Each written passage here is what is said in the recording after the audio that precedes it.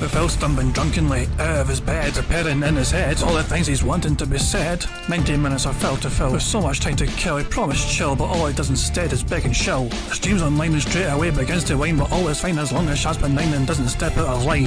His content's immature for all to endure like fresh manure, but I feel sure he ran straight to feeling so insecure. The money he earned on yesterday was withdrawn and long gone, as Phil's spending impulse is always set to stay on. If supports are also slow and stays so low and fails to grow, you never know, the show may turn into an easy bingo.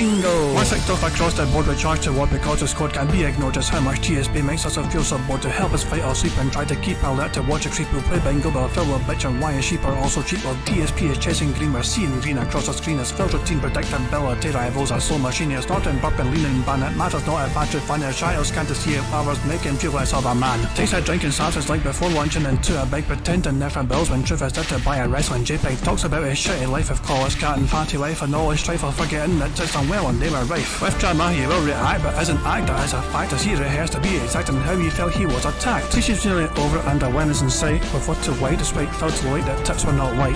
We'll say alright it is okay and now it's time for Phil to play, but first he'll say that tips will help from being off the other day. And with those words we win again, it's never if but always when the game is won. Thanks to that we made it to the very end.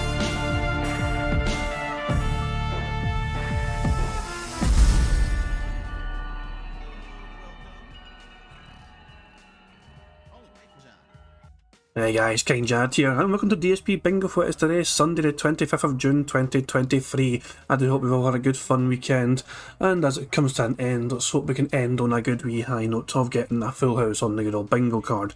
As you can see with Phil's live right now, as you can see his stream's live, and his updated members total shows he's got 602 members. The guy is hemorrhaging members, and he's going to lose about another 80 odd members between now and the end of the month, so let's anticipate Phil begging profusely for members between now and the final week of June. So other than all that, let's just get straight into the wheel and spin the wheel to determine today's bingo card criteria.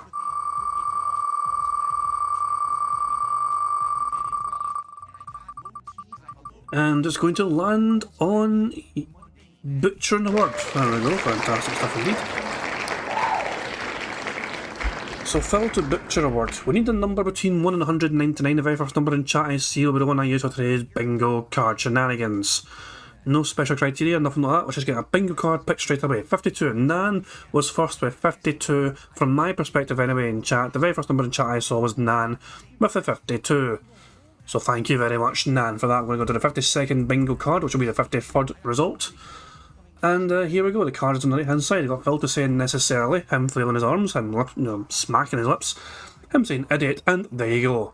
Then you got Phil pointing at the camera, him saying interesting, hate to say, meaningful and interactive.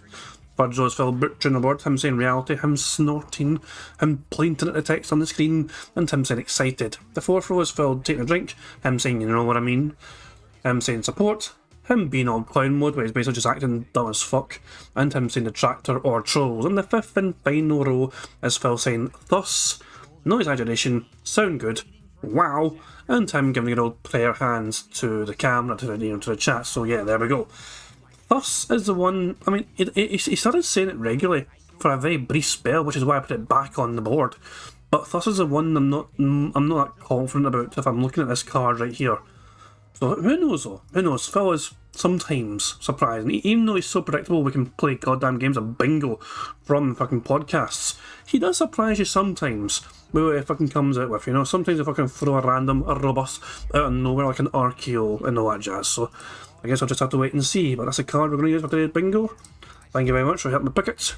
I have it saved now. Fantastic stuff. So the card's saved. I can close that and I can close that.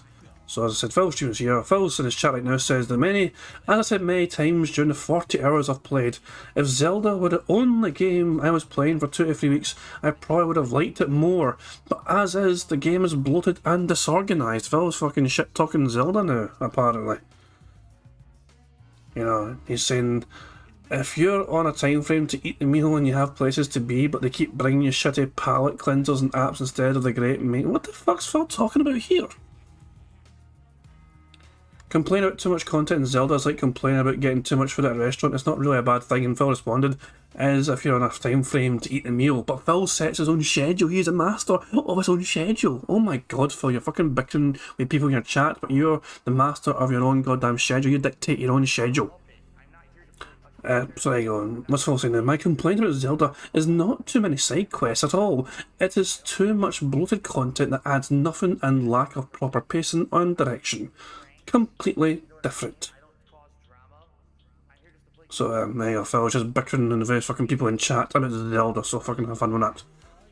So, anyway, let's get the bingo card all set up, and then we can go through a couple of rules as well. So, I say rules, but you get what I'm saying. We have a variety of ways we can get free spaces on the bingo card that you're about to see before you on screen. First of all, if Phil snorts 20 times, or burps 10 times, that's a free space before he starts recording for Gameplay for YouTube. Now bear in mind, I've lowered this. It used to be 25 snorts. I've lowered it to 20. This is how nice and lovely I am. You know, I have lowered it to 20 snorts instead of 25 to give us a fucking chance. Yeah. I did this every day, but I was in a bit of a rush, so I didn't fucking get to, elaborate anymore. So, 20 snorts or 10 burps before Phil starts recording for gameplay gives us a free space. If Phil gets 100 likes and blows bubbles for his audience as well before he starts recording for gameplay, that too is a free space. If we get 100 likes on this very stream right here for a bingo, before we finish bingo, that also gives us a free space, as well as getting to enjoy the bubbles animation that Pixar Animation so very kindly made for us all.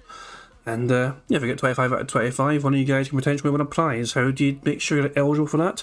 In the link of this, in the description of his live stream, there is a link to a community post that I made back at the start of May. And all I ask you to do is, if you're interested in winning money, potentially, for watching bingo and playing bingo, you comment on that community post. There's about 200 people so far have done it, which has been very impressive.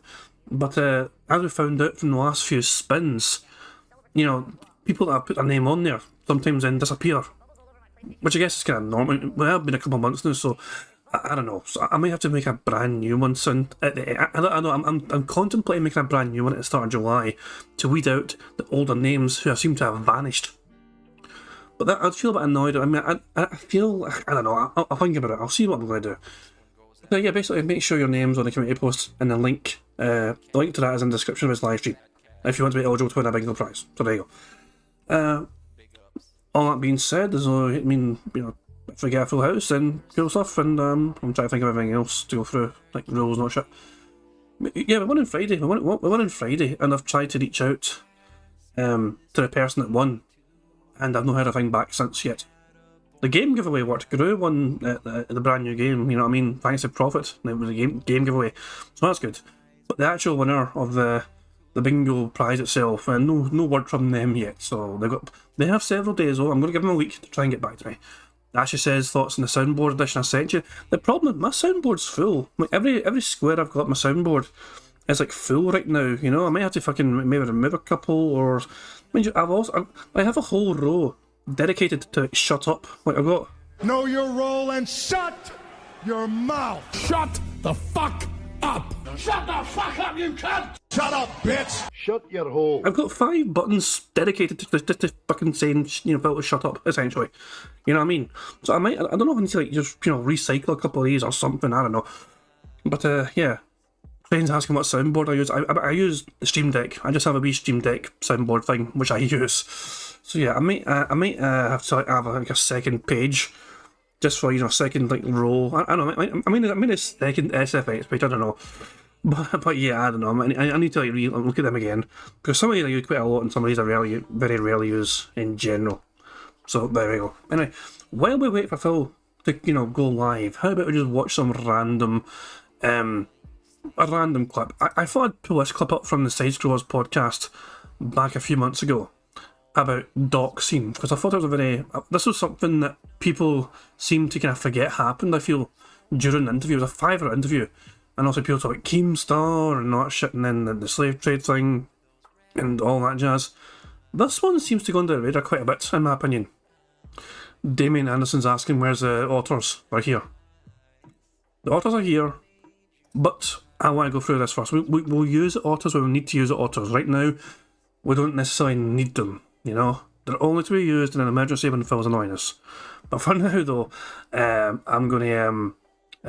I just wanted to share this, old clip from Side Scrollers when I interviewed Phil, and doxing came up. You have been doxxed. You have been doxxed, and that is ridiculous, right? Now, to be clear, there's been a lot of, the idea of what doxing is, right? Like leading up to this, I was asking people, like, I want to know who I'm getting my information from. People are like, you're doxing us. Well, no, I was asking to see who I was speaking to.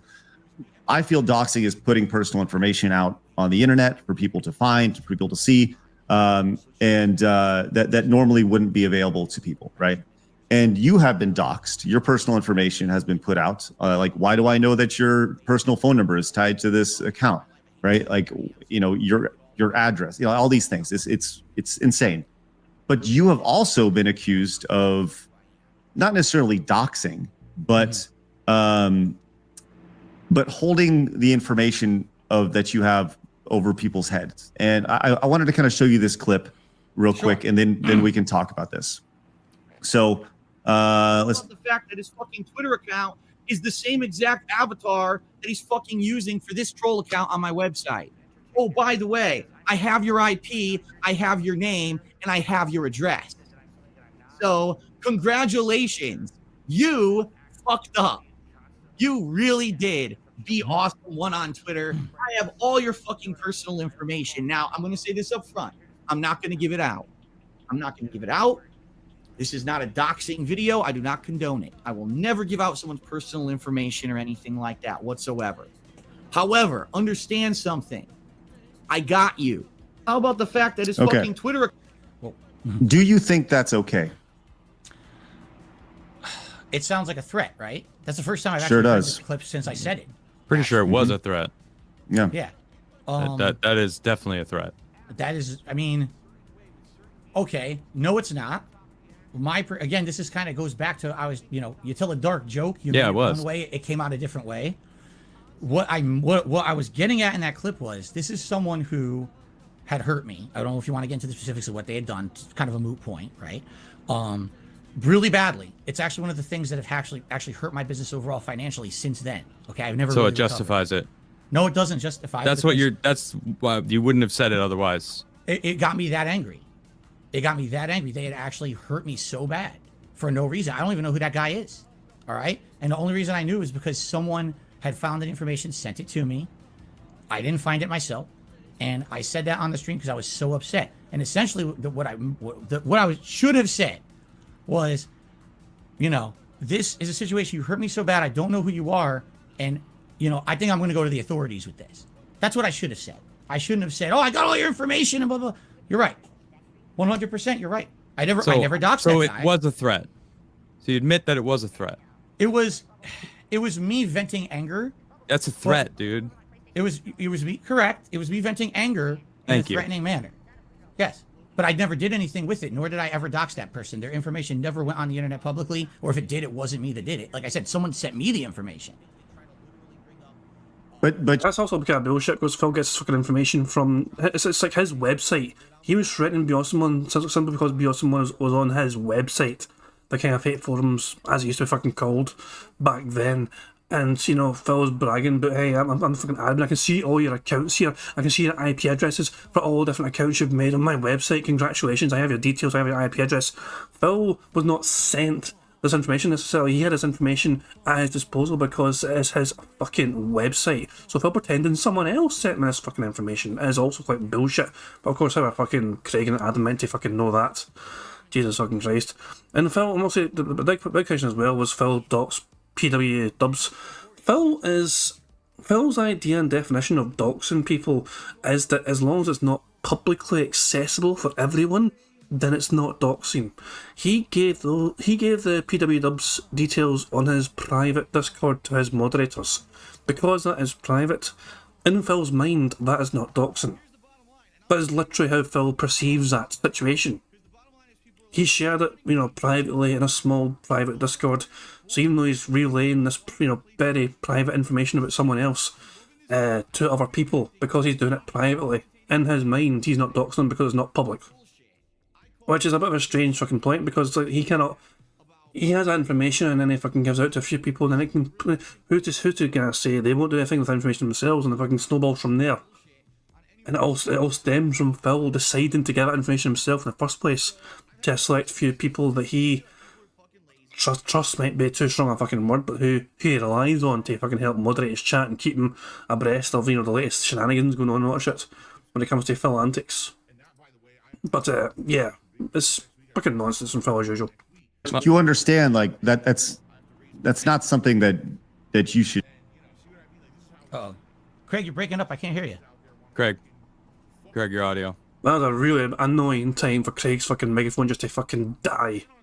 It was like Craig was about to fucking stick a knife in and turn it a wee bit more, and then the fucking audio just cuts out. Yeah, what happened? Not sure. His mic seemed to have been muted. Oh, crap.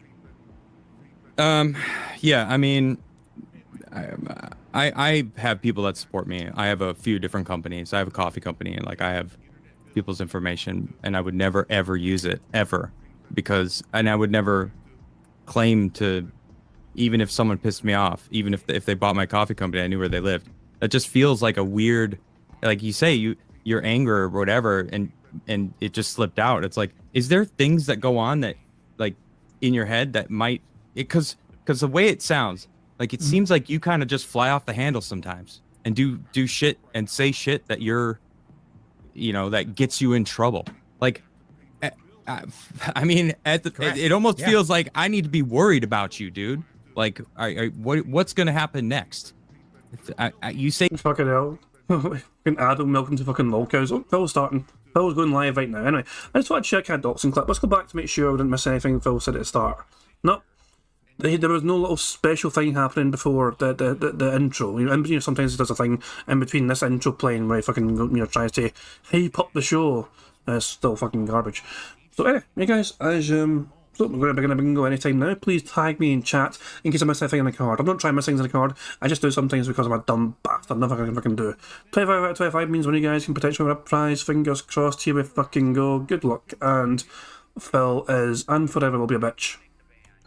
Alrighty, good morning everyone. How is everyone this lovely, lovely Sunday, the 25th of June, 2023. I'm Darkside Phil, and welcome to the Level 1 Podcast.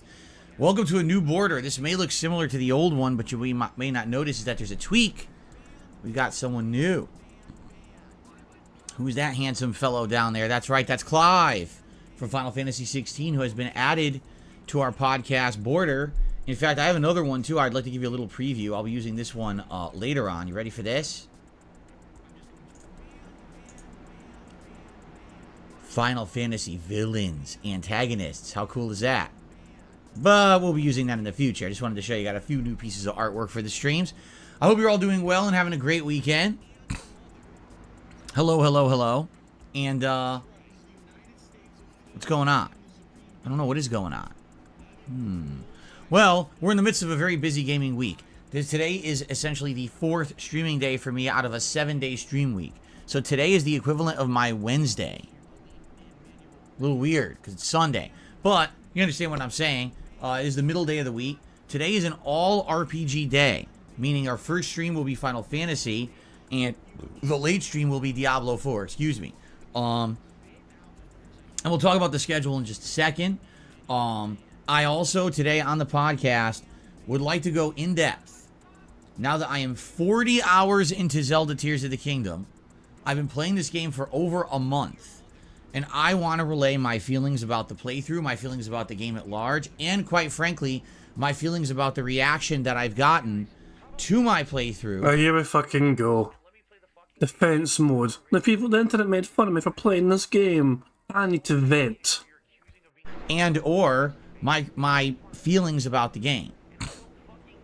Because I hate to say it, in the modern day, it really feels to me like we're in a place where games have changed, the internet has changed, opinions have changed, and I honestly, I'm telling you this up front before we even start talking about Zelda, I like the game a lot. I'm actually happy I played it, and I'm having a good time with it. Last night, actually the last hour of last night was really cool. I had a great time that last hour of last night where we made tons of progress and the big plot reveal happened, and I was like, ooh, that was neat. after having played that long to finally get the big plot reveal. I was like, ooh, I like that, right?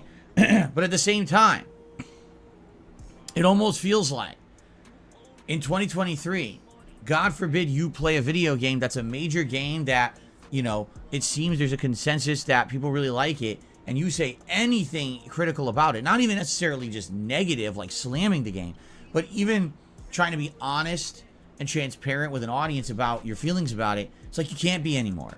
Because if you are, oh God, you're just against the norm. You're going against the grain. You don't agree with everyone else. Yeah, you're right. In life, that happens a lot. In life, that happens where people have different experiences based on different things in their lives and their own gaming perspectives and things like that. And I hate to say it, but it just seems to me like people don't seem to respect other people's opinions anymore. We'll talk about that today on the show, because I am going to go in depth about my Zelda Tears of the Kingdom playthrough and feelings. And I guarantee you're going to see backlash against the things that I have to say, regardless of the fact that I should have the right to say them. All right. And by the way, again, I got to say this up front. I don't hate Zelda. I actually really like the game. It's just that I'm not in love with it. I don't think it's a flawless masterpiece. And God forbid that I say that on the internet, because I get slammed by a community that just loves having their fucking lips on Nintendo's ass, quite frankly. But that'll be a big segment of the show. Outside of that, you know, everything else rolls on. I am excited today to see where Final Fantasy 16 goes after having played 5 hours of the game. We're in the midst of a big, like, dungeon crawl. We actually had gotten to the end of a dungeon and run into Benedicta, where there was a big 2v1 boss fight, which I almost lost, and then I kind of came back from and won, which is excellent. And now I'm curious how this is going to end, because we kind of ended on a cliffhanger last time we played. Tonight on Diablo, it's kind of a similar situation where last time I played Diablo 4, we were nearing the very end of Act 2. And tonight I'm curious to see how that will pan out, if we will actually finish Act 2 tonight and possibly, move on to Act 3, which is a new area of the map. We'll see. But good stuff today and a good streaming week coming up. I do want to forewarn all of you. My allergies have finally kicked in. I don't know if it was like delayed action this year or whatever it was. Son of a bitch. The moment I fucking lower the goddamn snort skull, you know, I fucking lowered it from 25 to 20 because I'm a lovely bastard. As soon as that fucking happens, allergy season is fucking kicked in Phil Burrell's nose, and he's going to be probably snorting about 50 goddamn fucking times, I imagine. We're at 7 so far, and apparently they're going to get a whole lot fucking worse. I anticipate at least one free space today based on the fucking bodily functions alone. Congratulations, guys. But my allergies this week really did kick in. So I woke up this morning, get this, my eyes are puffy and watery. I have full post-nasal drip going down the back of my throat, and my throat is itchy. And I'm like, oh, it's like 3 classic symptoms of allergies all happening at once. I'm like, oh, this sucks ass. So when I went downstairs to have my my breakfast, I popped a Zyzol, one of the allergy medications I got on the cheap when I went to Bed Bath & Beyond a little over a week ago. And I was like, well, I hope this works. Seriously, because, all gunked up. And I can tell you it is working a little. I can feel a little bit of the pressure. My sinus pressure is going down. It does feel like the post-nasal drip is drying up a little bit, so that's good. But, man, so today, if I don't sound great, if my voice is cracking, or if my voice ends up sounding hoarse or whatever, you know what's going on. This happened yesterday, too, is where I really noticed it in a major way. Of course, yesterday ends up being my React stream when I got to talk the whole time, and I'm like, oh, shit, this kind of sucks, but bad timing. But that's life, right? So anyway, I got the meds in me, and hopefully they kick in soon, and it won't be an issue for today. All right, let's go through the gaming schedule, so you know what to expect every day for the rest of the week, because this is still 4 more days of streaming this week, which I know is abnormal, but we're going to get a good amount of gameplay in this week. So today it's Final Fantasy 16, continuing on, 3 hours of gameplay. Excited, interested to see where the game goes. I'm being told this game is mostly linear. That, yeah, there will be some options to choose what you do later on in the playthrough, but as of now, it's going to remain linear. So 3 hours of kind of being handheld and going through a story and playing through dungeons and combat. So we'll see how that goes today. I hope it's good. Like I said, we kind of ended on a cliffhanger last time, where we were near the very, very end of this dungeon. We had just beaten a big boss fight, but it wasn't over. Like, you were chasing Benedicta, and then time ran out. And I was like, well, what are you going to do? So now we're back, and excited to see how that continues on today. And then tonight with Diablo, yes, I'm curious to see how Act 2 continues and possibly concludes. Also, you know, it's nice that this is another day away from Street Fighter, so we can relax, we can interact, we can have a more chill day. As you know, when I play Street Fighter, that's the opposite, right? Like, when I play Street Fighter, my adrenaline is on max. My nerves are on max. I tend to get peeved and frustrated when something doesn't go my way, and I get very angry at the game or at the situation in general, because half the time it's me and my execution is the reason I'm losing, which really sucks, but what can you do? I'm trying to get better, right? I do feel like I am getting better. It's a slow climb, but I am getting better with particular characters like Blanca. But there's no real time for interaction there. Like, when am I going to have time to sit down and have discussion with you guys when I'm playing Street Fighter 6? I don't.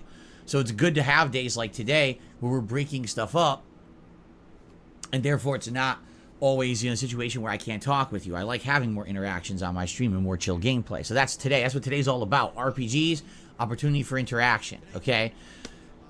Tomorrow will be Street Fighter 6. And tomorrow's Street Fighter 6 stream, I think what I'm going to do is tonight, I'm going to watch some videos of Zangief and possibly Lily. I'm going to try to find some top player videos from like the last week and watch and see if I can learn any strategies or things that these guys are doing. Particularly, I'd like to learn dash cancels with both characters, because at this point, I'm ready to learn dash cancels with all the characters I'm using, and I actually don't know much about what dash cancels are good with either one. So, tonight, I'll give it a look. I'll see what I can find on YouTube, and hopefully apply that gameplay tomorrow in a variety Street Fighter 6 stream. Maybe half Lily, half Zangief. We'll see. I'm debating who to start with. If I start with Zangief, let me see how it goes. If I'm doing well, then I'll continue with Zangief the whole stream. We'll figure it out on the fly. Okay, then tomorrow night with the continuation of Zelda. So there'll be more Zelda tomorrow. The good news is it seems like we are heading into the end game of Zelda. We have one more major dungeon to do, and then we have the final kind of finale segment and final dungeon to wrap up the playthrough. So it looks like Zelda, of all the games in my rotation, Zelda Tears of the Kingdom will likely be the one that I complete first within another maybe week to 2 weeks. And once that's done, then we can put something else into that spot. Whether it's a whole new game, whether it's maybe doing the World Tour mode of Street Fighter 6, which people have been asking for and I just don't have time to do right now. Whatever it may be, we'll have something new added in there so that it feels fresh and it's not just the same games for months on end, okay? So that's cool. Then Tuesday, it'll be another RPG day. More Final Fantasy 16 and more Diablo 4. And then Wednesday will be Street Fighter 6 again, and Wednesday's stream will be up in the air. Will I want to maybe go back to Blanca, try to hit Diamond? Would I want to maybe try Chun-Li again? Maybe go back to Marisa? I'm not sure. I'll leave it up open again as an open multiplayer stream on Wednesday. And then Wednesday night will be more Zelda. So, you know, between another 2 streams this week, perhaps we'll finish up the 4th region of the map, the Gerudo Desert. Maybe we'll beat the dungeon, and then we can move into the end game for next week, which would be great if that were the case, okay?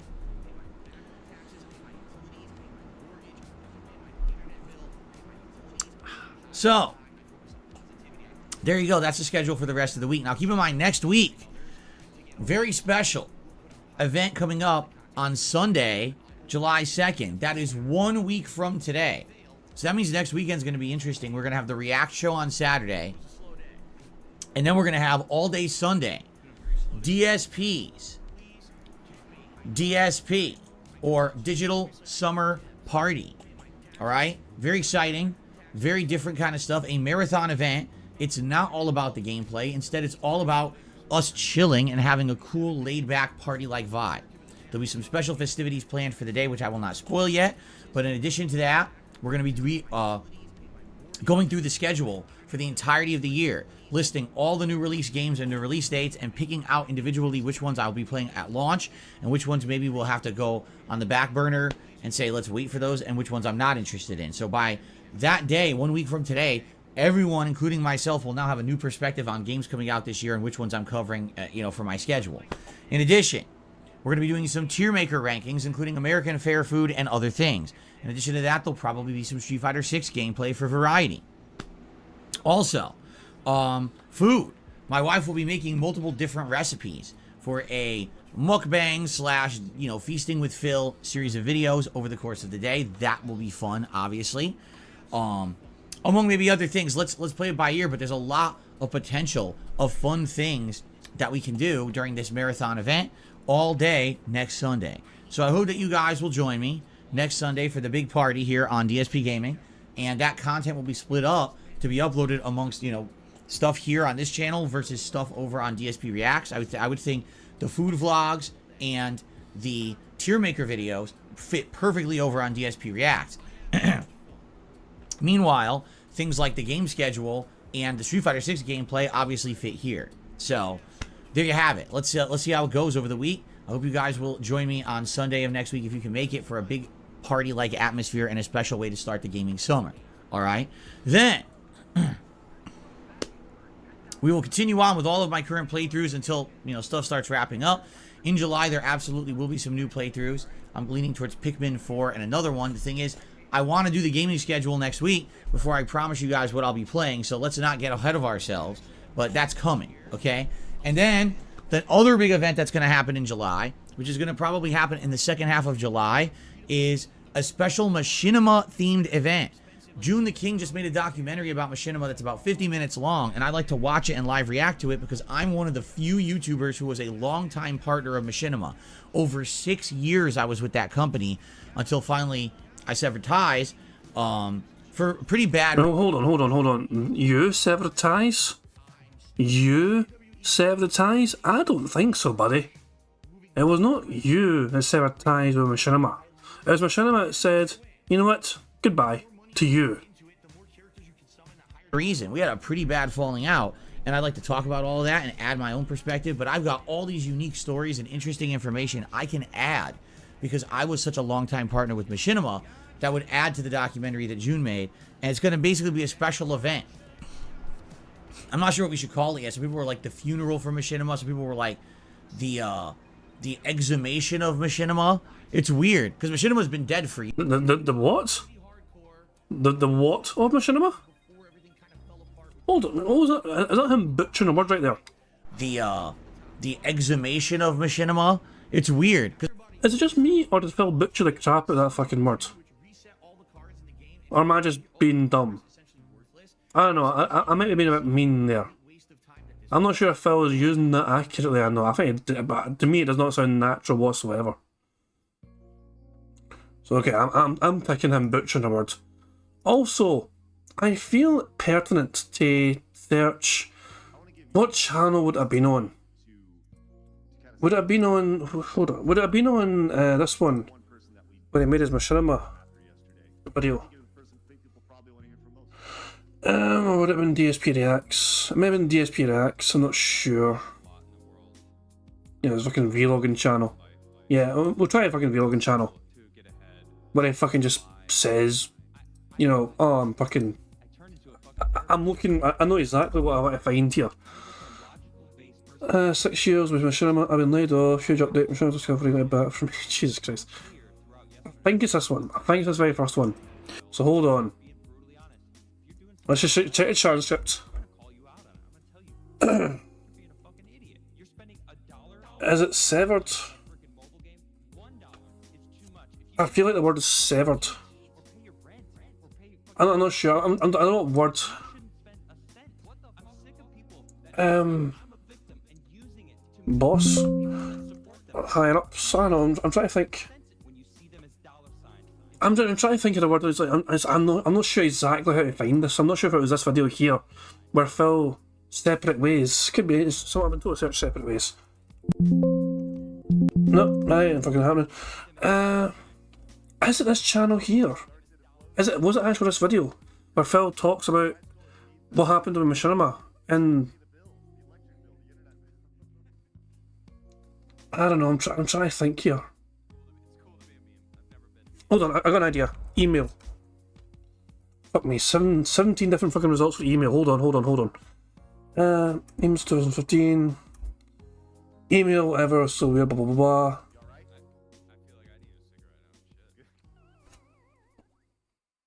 Here we go. I think it's here. A phone call.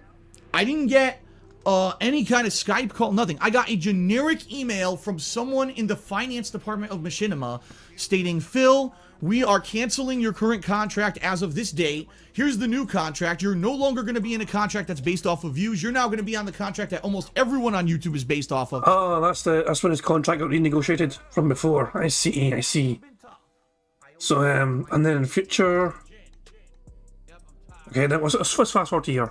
I ended up writing an email one night. I was like, hi, I know I haven't heard from you in like 4 or 5 months, but you were doing, we had a good relationship. You were helping me out with games and getting stuff for my business. I just want to see how you're doing and what's going on. Within 2 days, I got a response back, not from her, from the automated log system that I hate, saying, she's no longer with the company. Please don't send her emails anymore.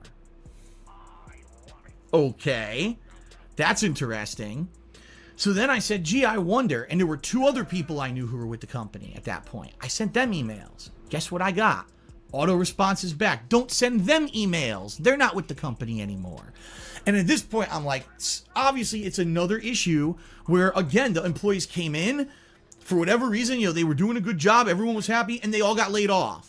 And it was probably an initiative in 2015. We got to do good work with our partners, and we got to help our partners out with copyright strikes and get them free games. And then all of a sudden, some manager, some upper CEO at Machinima said, oh, fuck that. I'm going to just completely destroy that program again and lay all the people off again. Fuck them. And that's what happened. So all my contacts at Machinima in 2016 were gone from the company, okay?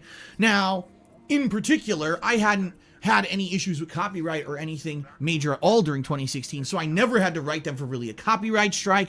I never had to write them for anything like that whatsoever, and I never even had to contact the head of the partnership company, or the head of the partnership division, about anything for most of 2016. It was pretty smooth sailing, no issues. So in that regard, I really didn't do anything there. I do remember, in the summer of 2016, I may have written them a log, because I had to, because again, my point of contact was apparently laid off, so I had to write them a log in their automated system about why did my views drop all of a sudden, because everyone noticed this in the summer of 2016. Everyone views plummeted, and it stayed that way. It wasn't like they went down and went back up. No, they went down and just stayed down.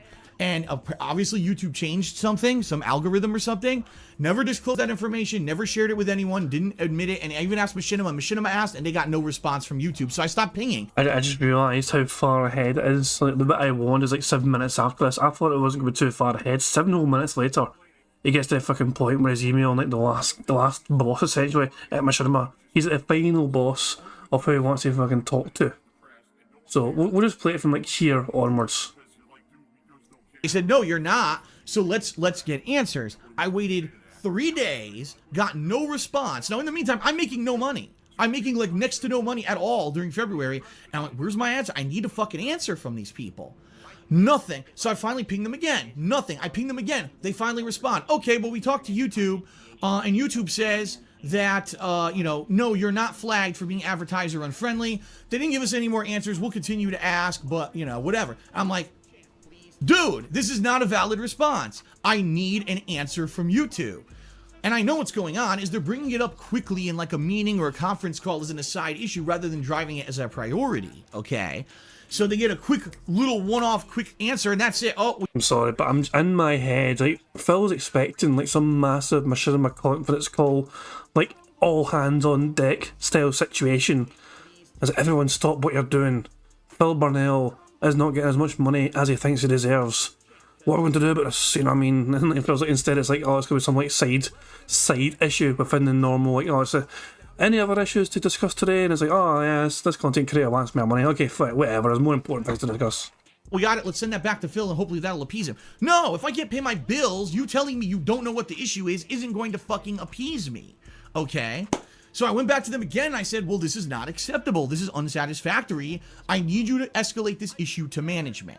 That was the first time. So this has been a week now that I have been talking through this log system with Machinima about making half as much money as usual, and I didn't get a satisfactory answer. I asked for them to escalate it to management. I waited another day, no response.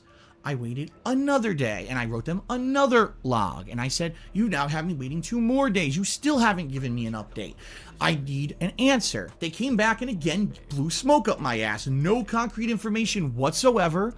And I said, I went back to them again and I said, this is it. I said, I asked you now twice to escalate this issue to management. Okay.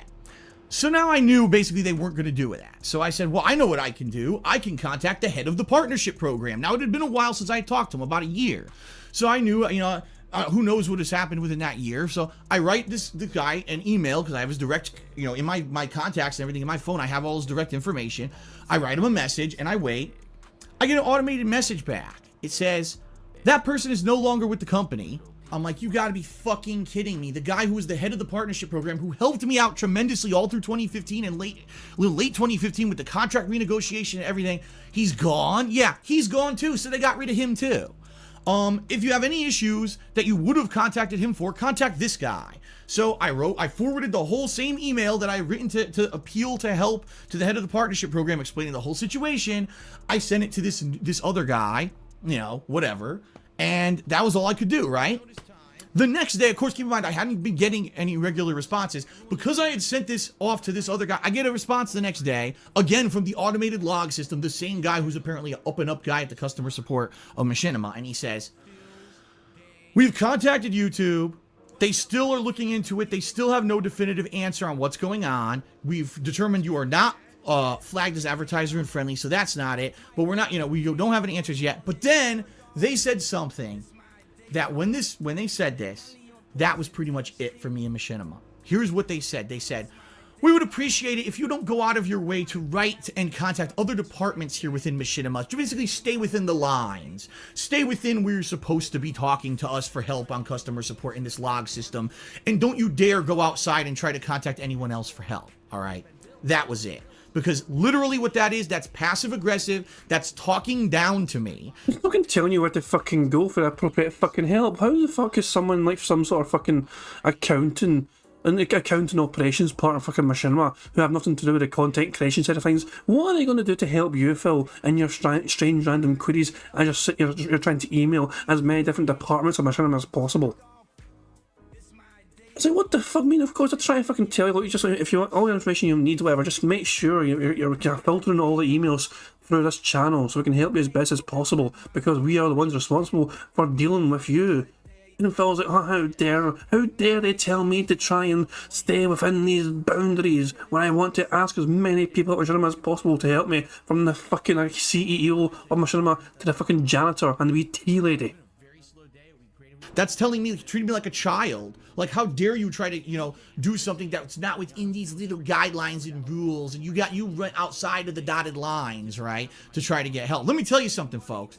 In my lifetime, if I never sought help outside of that one directive road that everyone tells you to go, I never would have got help for anything. And this goes for any kind of job or whatever. And I'm not saying that if you're in an established corporate line where there is, you know, a direct line of leadership that you should jump ahead or anything like that. But the bottom line is, you deserve respect.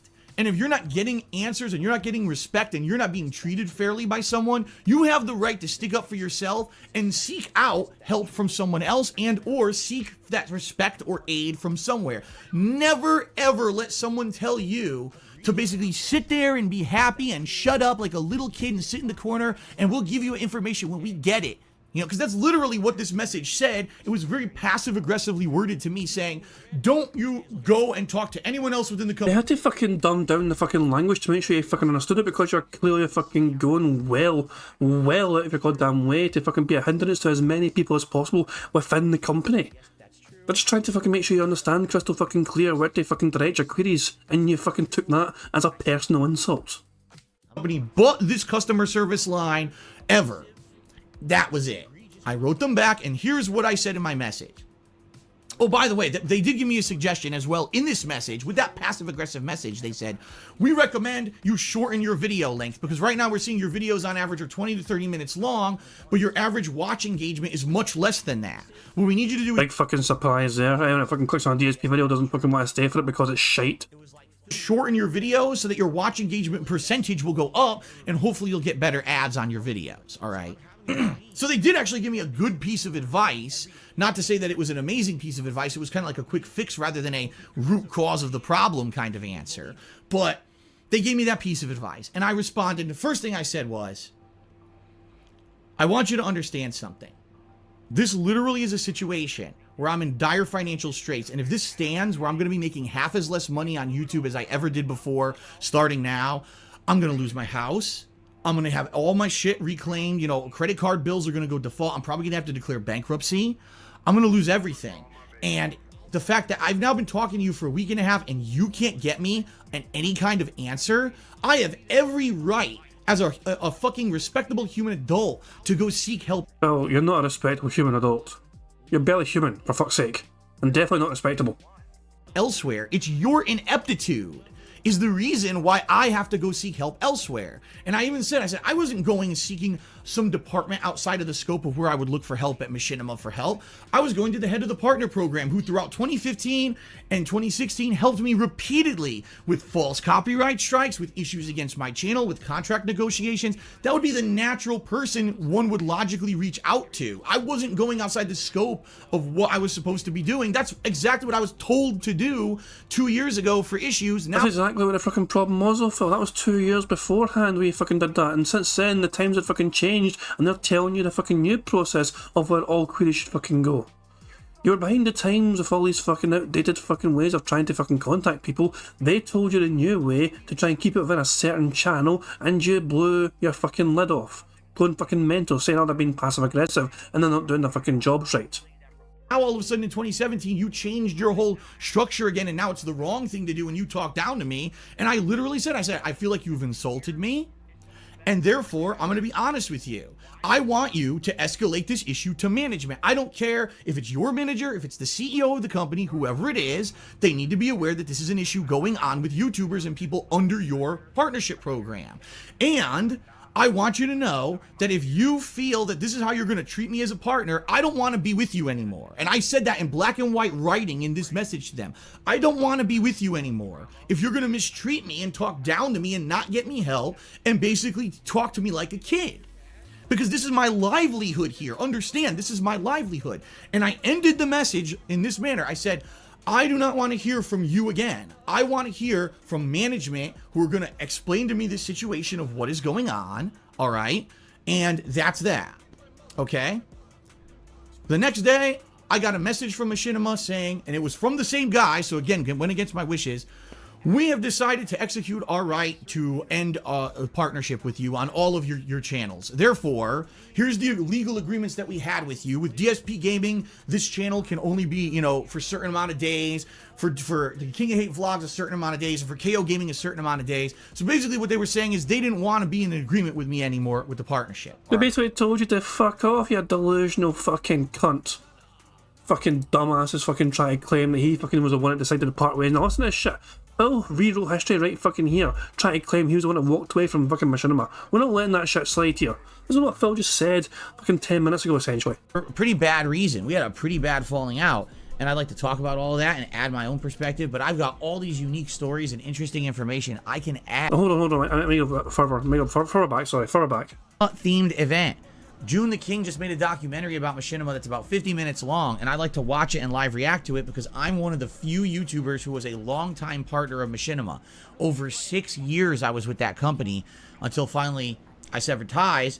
I severed ties. Phil says he was the one that severed ties with Machinima. No, Phil demanded an apology. He's like, I don't want to hear from you again, random person that I think is talking down to me. I want you to escalate this issue to as high as possible. I don't want to hear from you ever again.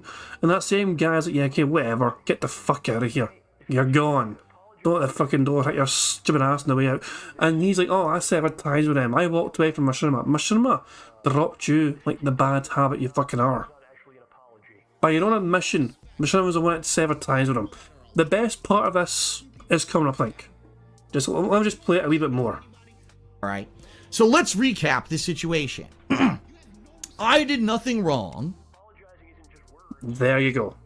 That was the best entire part of the situation right there. That was just... all of that was leading up to that. All of that was just leading up to that. It's just the best. It honestly is the fucking best. I remember watching this thing with it was like the SOK before they fucking lost their damn minds and fucking were fucking toxic. No, I was watching the fucking SOK react to the shit as well. Everyone lost their damn minds. Everyone just couldn't fucking believe Phil just fucking pulled it. I did nothing wrong card out of fucking nowhere. When he was the one that basically fucking forced Machinima's hand to fucking drop him because he's been a full goddamn Karen about the whole entire situation. And everyone just couldn't fucking believe Phil's fucking... Machinima dropping Phil was a huge fucking deal. at this fucking point in time, obviously Phil was not a live streamer properly. He was still relying on this fucking Machinima content partnership kind of agreement thing to protect him as well. They done a lot of things. They went into bat for him a lot of times. He got a lot of protection from Machinima, and he got some decent money as well, of course, because of the contracts he was on, even though it was getting less and less and less. So at this point in time, the tractors were having a fucking field day. Massively. I was like, what's Phil going to do now? How's he going to survive? How's he going to cope? Will he fucking get another partnership? What will he do? And I get this is basically this is what forced Phil to essentially turn properly, fully to, like, you know, go balls deep on live streaming and just rely on tips. Not shit. This is 15th of April 2017. Phil uploaded this video. Here's a whole fucking story here. Jesus Christ. Machinima decided to end their partnership with me seemingly out of the blue. Phil's own words in the description. Machinima decided to end partnership with me seemingly out the blue. And yet, today, you have Phil rewriting history, saying this shit. June the King just made a documentary about Machinima that's about 50 minutes long, and I like to watch it and live react to it because I'm one of the few YouTubers who was a longtime partner of Machinima. Over 6 years I was with that company until finally I severed ties for a pretty bad reason. We had a pretty bad falling out. You fucking demanded shit, and you fucking got too big for your fucking boots, and they told you to fuck off. That was essentially the long and short of it. You fucking delusional dick. But one more time, just because it's fucking funny. So let's recap this situation. I did nothing wrong, okay? I wasn't in violation of YouTube rules. I wasn't flagged for being advertiser unfriendly. You were just being a dick to them, and they fucking told you to fuck off. So there we go. Okay, we're going to go back to Bingo. I wanted to build up quite a bit of speed up juice as well, and we've done exactly that. So I'm going to go 1.25 speed now.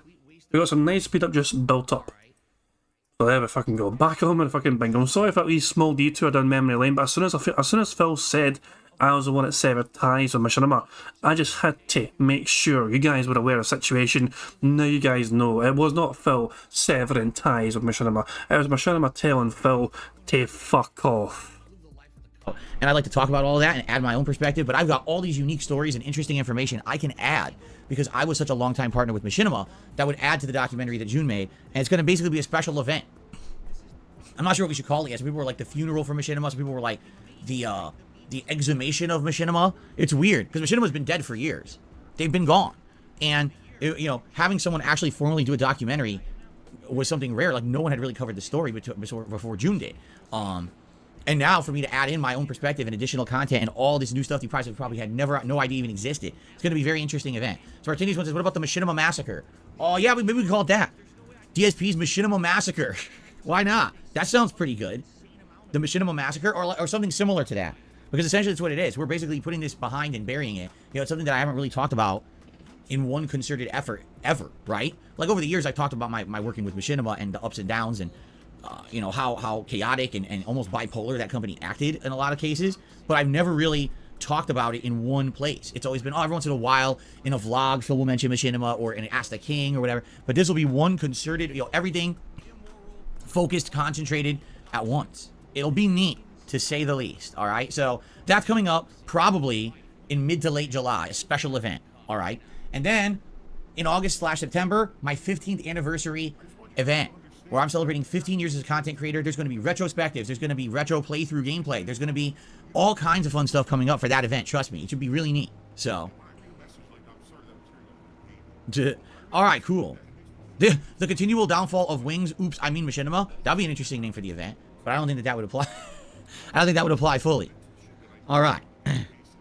Anyway, Adam is asking, can I donate a PS3? Please, if you want to talk to me about that stuff, please email me. darksidefil@hotmail.com. We can talk about that kind of stuff behind the scenes. I don't want to publicly talk about donations or anything like that. Doesn't make sense. All you're going to do is rile up trolls and stuff. You know what I mean? So we'll talk about that off camera. If you want to email me, we'll talk about it behind the scenes and, you know, go from there. By the way, something to show you guys. Hold on. Oh, everyone see it? The Zelda jammies are in effect again. He never stops wearing the Zelda jammies, does he? He very rarely is out of those Zelda jammies. So,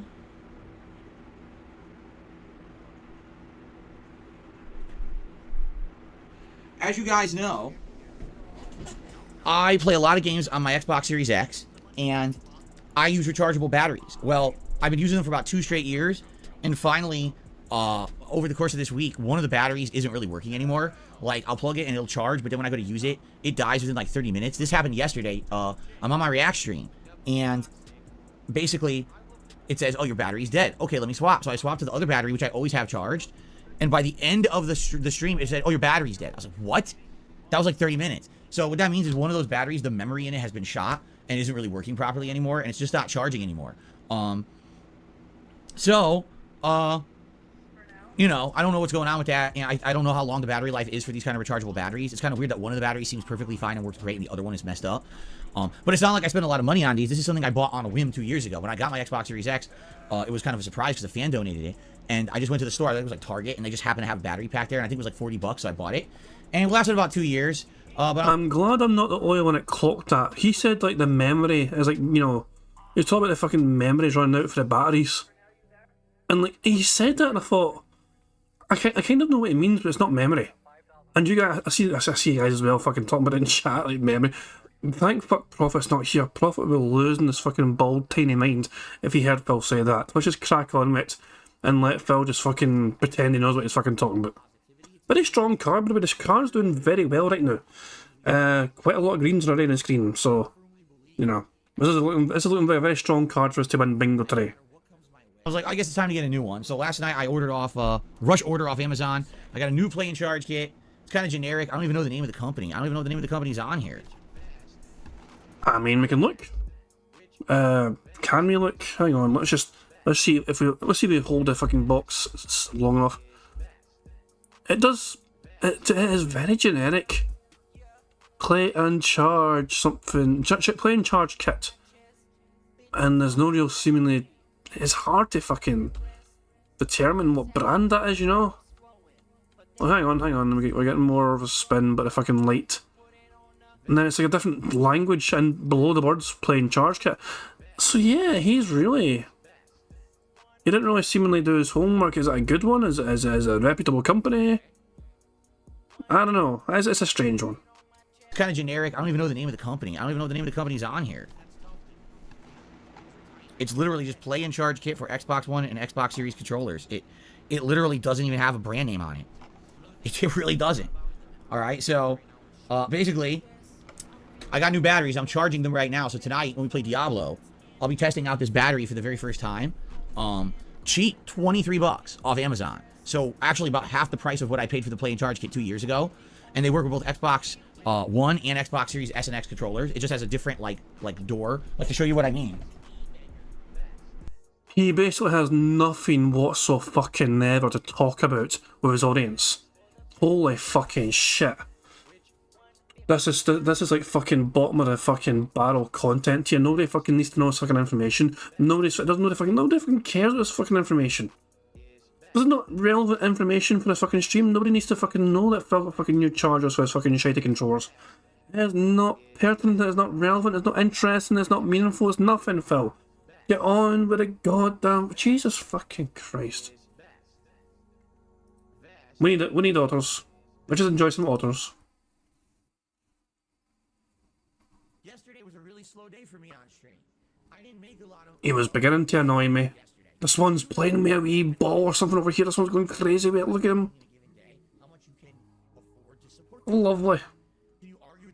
And over here, it looks like a big pile of cocaine for him to fucking enjoy. So I guess even otters need a fucking fix.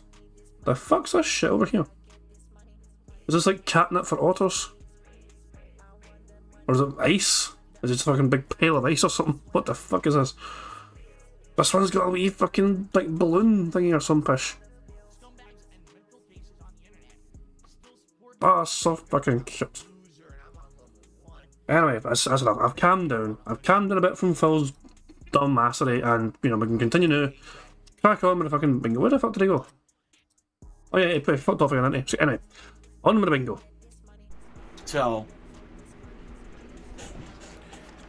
there's your Xbox controller. There's the back. And there's your battery door. And there's your rechargeable battery pack. So that's one of the new packs, not charged yet. I just put it in there to see if it would fit. And they give you two size doors to put on your controller. One fits the Xbox One and one fits the Xbox Series S and X. So this is the one for the S and X. And it literally just pops right on top. And you can charge it by plugging it in there. You can also have a docking, like those charging docks you can put it on, or you can unplug it and plug it. You can actually just plug it in like manually as well. So there's various different ways to do it, but that's how I do it. I have these 2 battery packs, and the way I do it is I don't plug it in directly with the controller. Right now, the other battery pack is charging right now. So what I do is I always have one charging, and I have one ready to go in the controller. That way you have 2 that you alternate between. So that's what I'm going to start doing. The other ones I have are green, which is weird. Like, I don't know why they were green. These are black, so they actually blend into the controller a little better, except the battery door covers they give you are black, but the back of my controller is white, so it doesn't really match it, but I'm not going to nitpick. Who gives a shit about the color of the controller, right? I don't need it to be aesthetically perfect. As long as I don't have to keep buying AA batteries. So I'm going to let you know how these work once they start working. Right now, it's still charging. I assume the first charge will take a while. So later today when I play Diablo will be the first time I use these battery packs, and I'm going to keep using it, you know, for other games and playthroughs moving forward. So I'll be able to tell you exactly what I think. What's funny, though, is the only game I'm playing right now would be Diablo, because you think Zelda's on Switch, Street Fighter I'm using my joystick and not a gamepad, and Final Fantasy's on PS5. So actually the only game right now I'm actively using these batteries for would be Diablo. For the next 20 minutes, I'm going to be talking and saying absolutely nothing. Anyway, just throwing that out there, and I'll obviously let you know once I start using it actively how these batteries work. It's just as Play and Charge. I don't even know the name of the company. I wish I could like say, hey, I'll let you know a product review later, but it doesn't even have a name on it. It's seriously that generic.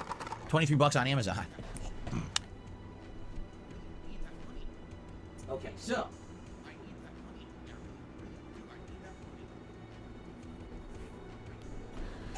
all right, folks, let's get to the meat of it. I want to talk, by the way, thank you. Some people have tipped and someone super chatted. I will give you full shout outs at the end of the show. As always, shout outs come in the near the second half of the podcast. What I'd like to do is get into the meat of what I want to talk about today. Ladies and gentlemen, I am now 40 hours in. Someone just said, why are my pants blue? Because these are my Zelda Breath of the Wild pants. Because I'm a fan of goddamn Zelda, and I wear Zelda pants. See? So you all made fun of me. You made fun of me, a 41-year-old gamer on TikTok, and you said I'm a horrible gamer because I don't understand the lightning mechanic of Zelda. But I'm a fan. I have Zelda pants. Do you have Zelda pants? I didn't think so.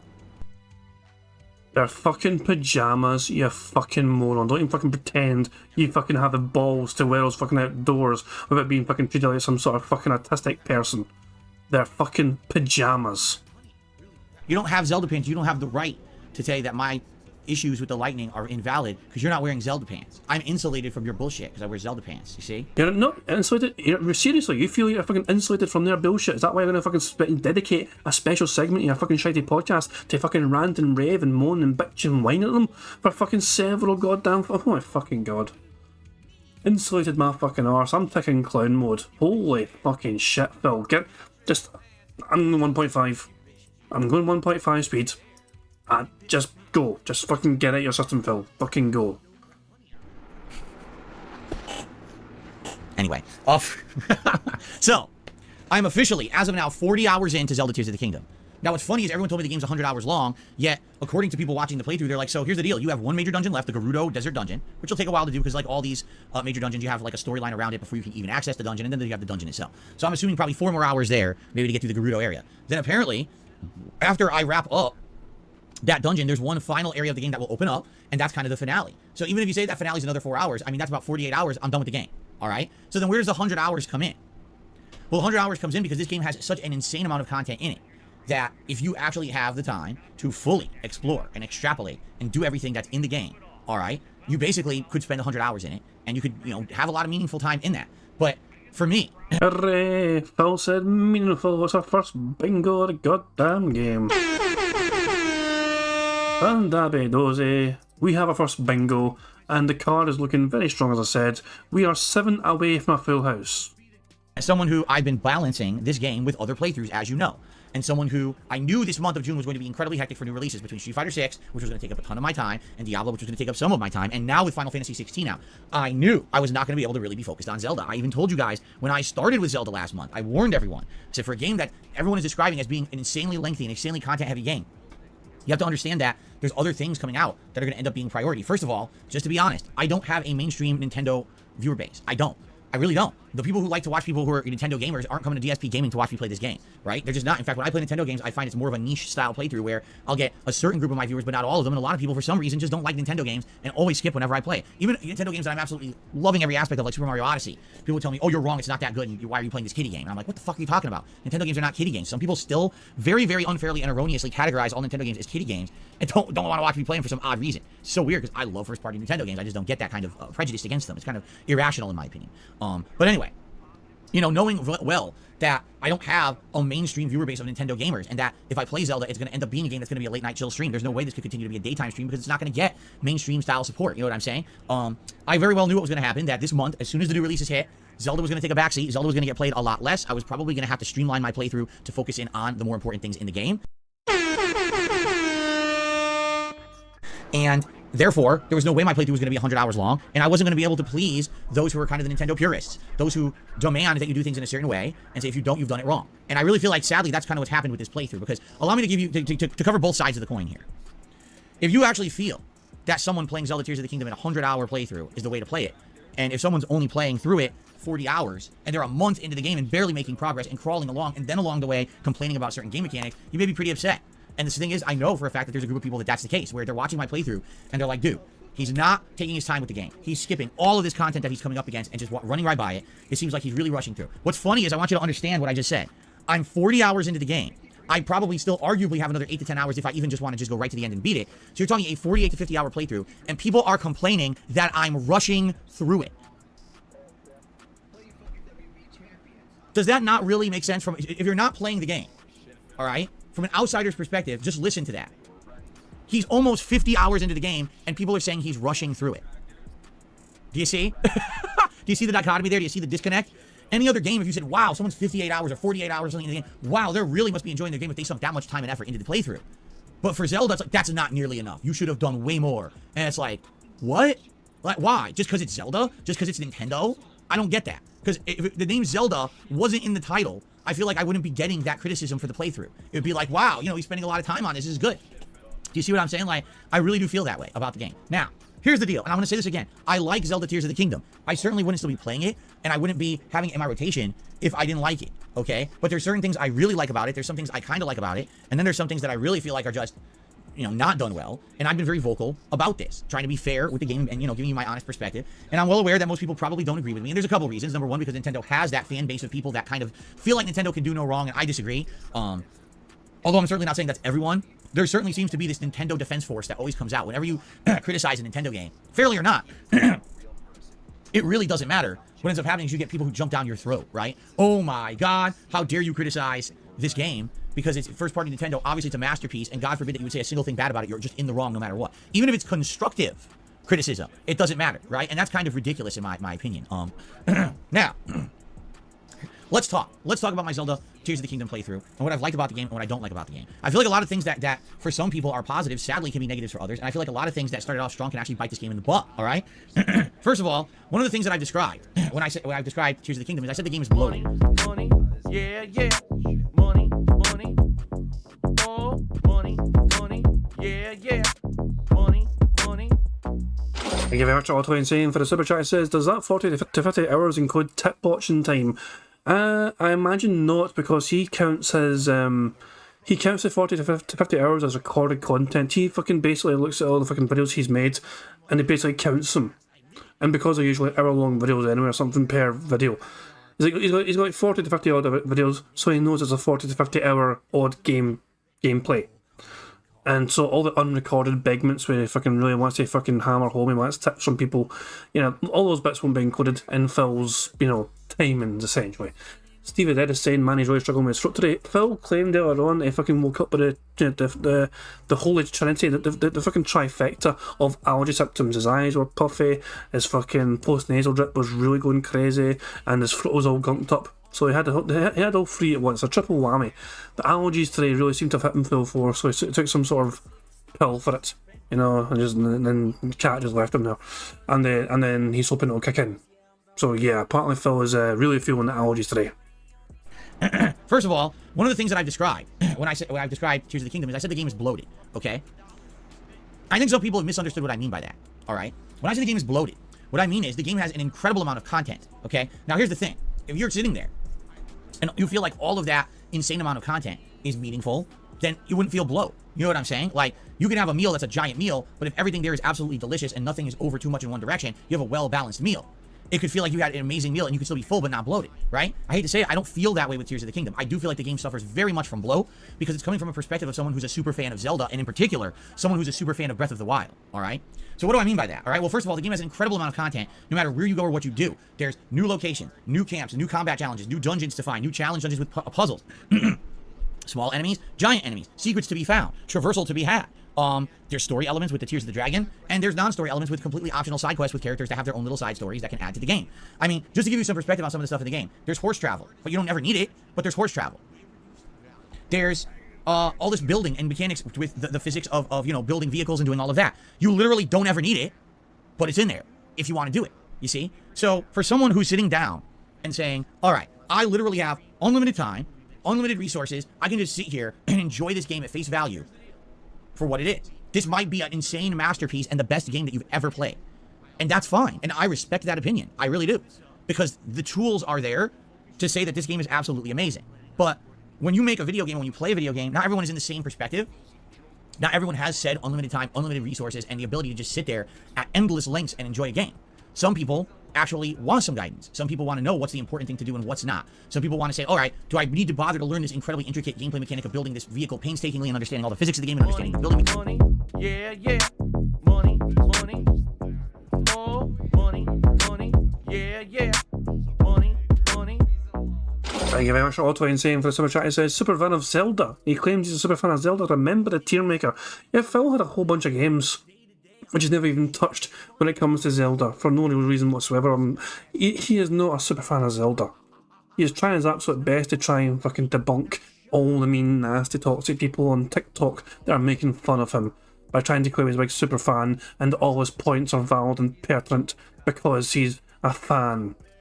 When at the end of the fucking day, he is just bitching and whining and moaning about the fact that this fucking game, which he is rushing through, is actually still fucking taking him forever to fucking finish, plus the internet's making fun of him while he's trying to fucking get through the game as fast as fucking possible.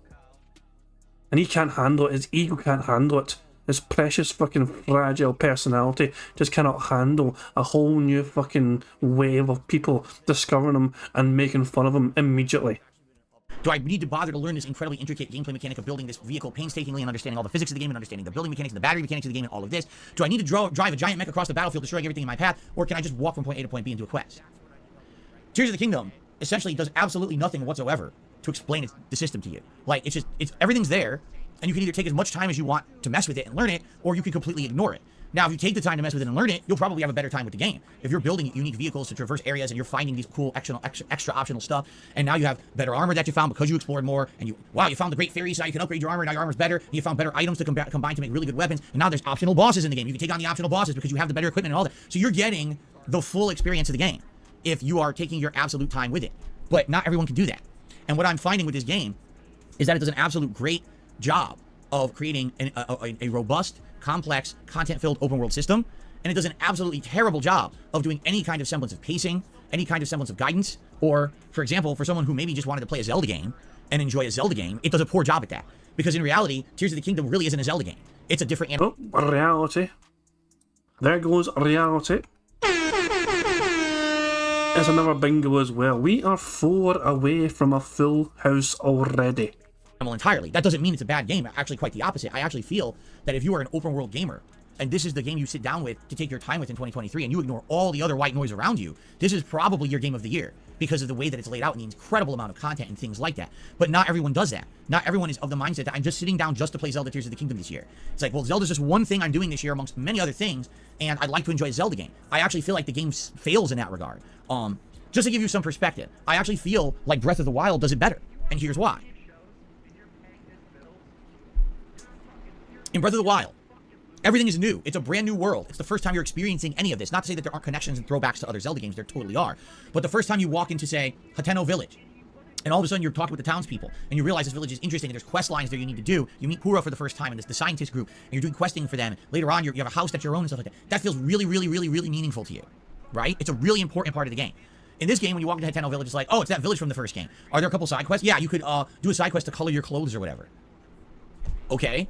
Do you need to do anything in the town? Absolutely not. It's just there as a reference to the first game and can be completely skipped and adds nothing. Like, literally, you can skip the whole town and there's nothing to it. You walk into Kakariko Village, again, another village. There was major plot developments in the first game. It was a big focus of the plot there with Impa and, you know, and the townspeople and how that tied into the world of Breath of the Wild and the calamity and everything going on. And here you walk in there, no one's even there. It's like the leader's missing, not there. You talk to some, half the people won't even let you go through half the, oh, we were told not to let you up there because there's ruins, don't even go there. Like, what? You know what I'm saying? Like, it feels like they wanted to make a sequel. But when they did, they didn't have use for half the stuff from the first game, so why did they bother making the sequel? That's bloat. When you have content that's, oh, look, here's a reference to the first game. By the way, it has no meaning in this one. Then what was the point? And the answer is there is none. There's no meaning to half the stuff in the game. It's just there as a reference point to the first, but you could have skipped the first and just played this one, to which case half the stuff you encounter, you'll be like, what is this? Like, what? I don't understand what this crap is. Like, why does Hetano Village exist? There's no real major quest lines there. There's no real ties to the plot. Why is it even in the game? And why does it look so significant? Because it was significant in the first game, and they just have it as like fan service reference to the first game. I really honestly feel like if this game was its own standalone game and was not a direct sequel to Breath of the Wild, it would be better. Why? Because then everything you do would feel meaningful and a first-time discovery, you know? And as neat as it is to rediscover certain areas, and maybe in this case they have different meaning, like for example, you go to the Zora Village, and in the first game it had this one plot line going for it, and in this game it's a completely different plot line that's kind of interesting. But at the same time, it's the same thing you did in the first game, you know what I mean? Like, it does lose some of its meaning. I don't understand why this needed to be a direct sequel, especially because it seems like that entire plot line of the calamity from Breath of the Wild has been completely glossed over as if it never mattered. In which case, the whole first game was a waste of your time. It really feels that way. The whole beginning plot of this game is basically saying the calamity plotline didn't matter. Even if it happened or didn't, erase it from memory, because there's a whole new plotline going on, superfluous outside of the realm of the calamity plotline. Like, all that big buildup in the first game saying the calamity is the end of this world and everything, we've got to stop it. You stopped it. Oh, it doesn't matter because now another thing is here anyway that supersedes it. So then what was the point of the whole first game? There was none. I do feel like in their rush to make a new Zelda game, because Breath of the Wild did so well and they wanted to capitalize on that, they sadly made a game that doesn't feel nearly as full of wonder as Breath of the Wild did. Now listen, they added sky floating islands and they added underground exploration. Great, good for you. And yeah, there's some interesting stuff up there with puzzles and the like, but never once in this playthrough yet have I really felt that feeling of wonderment and discovery like I did in Breath of the Wild, first discovering things like, oh, the Lost Woods, ooh, the floating labyrinth in the sky, that's a whole optional puzzle that's really interesting because I don't know what it is and if it leads to anything good. Oh my god, I'm climbing Death Mountain, there's a giant salamander creature on it that's actually a boss dungeon that we're gonna do. Like, you don't feel that in the game. You just don't. It's kind of like I already was in this world. I already know where everything is. And the other thing, too, I hate this whole premise of we played a whole game in this fucking world, you know, an 80-hour playthrough. Now we're back for the sequel. Everything's forgotten. Oh, your map has been reset. Everything's done. Fuck you. You spent all that time in the first game. Now I gotta go through this whole fucking game and remap everything again? Right? Like, geez, thanks a lot. Really feel like my time was well used in the first one. Like I said, maybe if it wasn't reusing the same map again, it would feel better because then it would make sense. But if this was, oh, by the way, screw off. Now go remap the whole world again. Dude, I already did that in the first one. I gotta do it again? So here's the thing. Again, I'm not saying the game's bad at all, but man, it feels bloated. It feels like they were really going for, let's throw in the absolute most amount of content we possibly can throw at you in one video game, but never really directing you towards feeling what's meaningful. Now, not to say that the game doesn't say, hey, here's the 4 big dungeons, head in that direction. It absolutely does that. But the point I'm making is if you just head for those dungeons, the game sucks. Because you don't have armor. Because you don't have, you know, better weapons. You didn't take the time to explore and get the plot. I mean, you won't even get the plot of the game if you just focus on the 4 major dungeons. The plot is based around the Tears of the Dragon you need to find on the map. Money, yeah, yeah. Money, money. Oh, money, money. Yeah, yeah. Money, money. Give out to Brad Burnham for a super chat. He says he can't remember basic mechanics because it's been 6 years, but he remembers all the towns, characters, and side missions somehow. Yeah, very strange selective memory there from Phil Burnham as per usual, but I guess his brain is just wired differently from everyone else. Get the plot. I mean, you won't even get the plot of the game if you just focus on the 4 major dungeons. The plot is based around the Tears of the Dragon you need to find on the map. You absolutely, bare minimum, should be finding all those tiers before you beat the game, or else you haven't gotten the story, right? So, it's just, to me, it doesn't feel like a Zelda experience. You know what I'm saying? Like a Zelda experience, when you're going through the game, you're going to get the main plot of the game no matter how you play it, right? You're going to have these core experiences of each dungeon, and those are going to be meaningful to you. And then you're going to get a heightened climax where there's probably a big showdown in a final dungeon and a big boss at the end and all of that. And not to say that that's not present in this game, but the game just throws so much at you that everything feels badly paced and very much disjointed. And the funny part about it too is like, it seems like no matter how you play it, it's not good enough for Nintendo fans. Like, for example, if I beeline for a dungeon, oh, he's just rushing, right? So last night, for example, I wanted to explore the southwestern part of the map.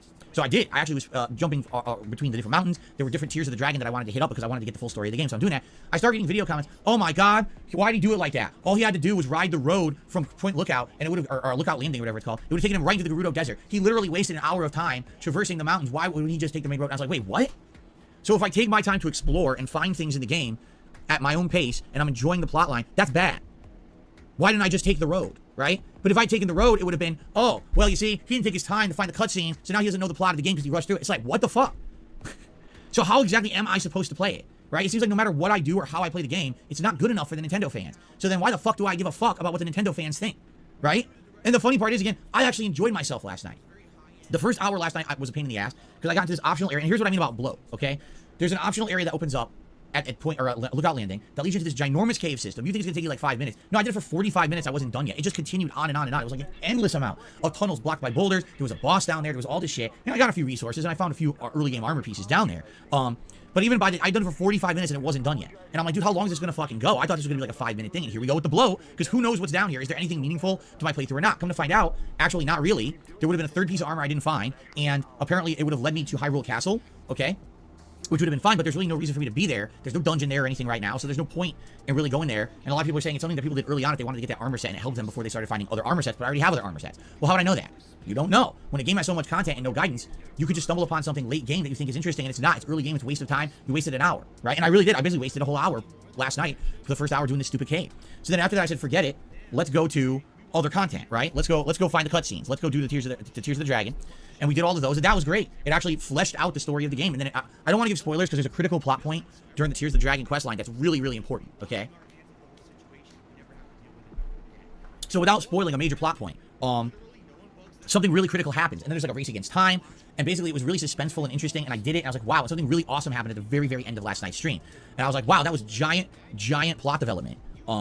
And I'm glad that I did it, right? So it's kind of like I wasted an entire hour of my stream, and then the second hour was like insane amount of development, exploration. By the way, now I've done every tower in the game, so the whole map is mapped out for me now.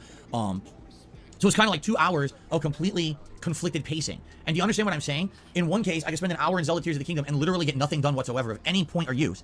And then I could play another hour and I could turbo mode important stuff, right? I did 2 or 3 Tears of the Kingdom back to back. I hit up all the towers, a critical plot point happened, and now something crazy happened for endgame. And I'm like, whoa, all within another hour. That's not good pacing. It's just not. And the point I'm making, where was the bloat? The bloat was the first hour. My entire first hour last night of streaming Zelda could have been cut out, and nothing would have been missed, and I would have been able to use that hour for something more interesting. And that's the problem. They put too much in the game that is bloat. That doesn't add to anything. When I can skip entire villages because they're just side content in this game, that's bloat. In Breath of the Wild, every village mattered. Every dungeon mattered. Every piece of the content mattered because it was all adding to this big world building thing, and there were critical plots in each part. In Tears of the Kingdom, half the content seems like it doesn't make a difference.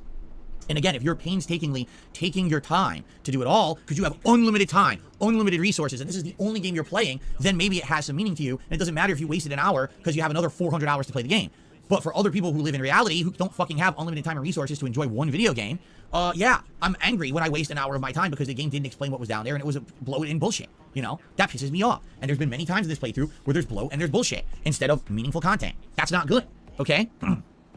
Now, by the way, I'm not saying that every video game should be 20 hours long streamlined plot. I'm not saying that, all right? But I'm saying that at least the game should have a guide or a path to do it that way, right? And it doesn't. So, essentially, the way I see it is, it's a mixed bag for me. I do really like the game. What are my favorite parts of Tears of the Kingdom? The Tears of the Dragon, like exploring those geoglyphs, seeing those cutscenes. The major dungeons have been great. Like, I've done 3 out of the 4. We're heading to the 4th. I didn't dislike a single major dungeon. I felt like they were well-designed, curated to be unique experiences for the gamer. You can do them in different ways in some cases. Like the 3rd major dungeon, I actually did a big shortcut, which was really cool, that you can actually do that. The boss fight so far, the major boss fights have been good. Okay, I have no complaints there. And to some extent, the exploration, just like the exploration of Breath of the Wild, I feel like the open world exploration has been some of the neater part of the game. Okay? But, admittedly, a lot of that element has been taken away when you've already been here before. You've already done this map. I mean, where's the real exploration? The underground where it's dark and you can't see half the shit. Or the sky, where, sadly, you don't have freedom to really explore because you don't have freedom to fly around. You know? You always have to be reliant on launching yourself up on a tower or finding another way up there, which is very limiting. Now some people are like, oh, you should have researched the building and built a fucking vehicle that would infinitely let you fly around up there. Yeah, here's the thing. There's always an answer to every criticism you have for the game, but the answer always results in the following. Spend more time on the bloat of the game, right? Like, for example, yesterday I was in this underground cave and there was this boss. So I'm fighting the boss and it hits me once. Now I have 11 hearts, all right? I don't have like 3 hearts. I have 11 hearts. I spent a significant amount of time in the game leveling up my health. This boss still insta-kills you, takes 11 hearts with 1 hit. Can you name another Zelda game where a boss takes 11 hearts in 1 hit? Just think about this. No, it's never happened before. They just decided to make it like that in this game. So what's the solution? I don't understand because everything I did in this cave up to now was not a problem. Why does this boss insta-kill you? Here's the solution. People say to me, oh, you should have got more hearts. I should have got more hearts. I'm 40 hours into the game. This is not a 10-hour run and I ran into the boss. I'm 40 hours into the game. I've more than tripled to quadrupled the amount of hearts I had at the beginning. Do you understand? I have armor on, that I have some defense on.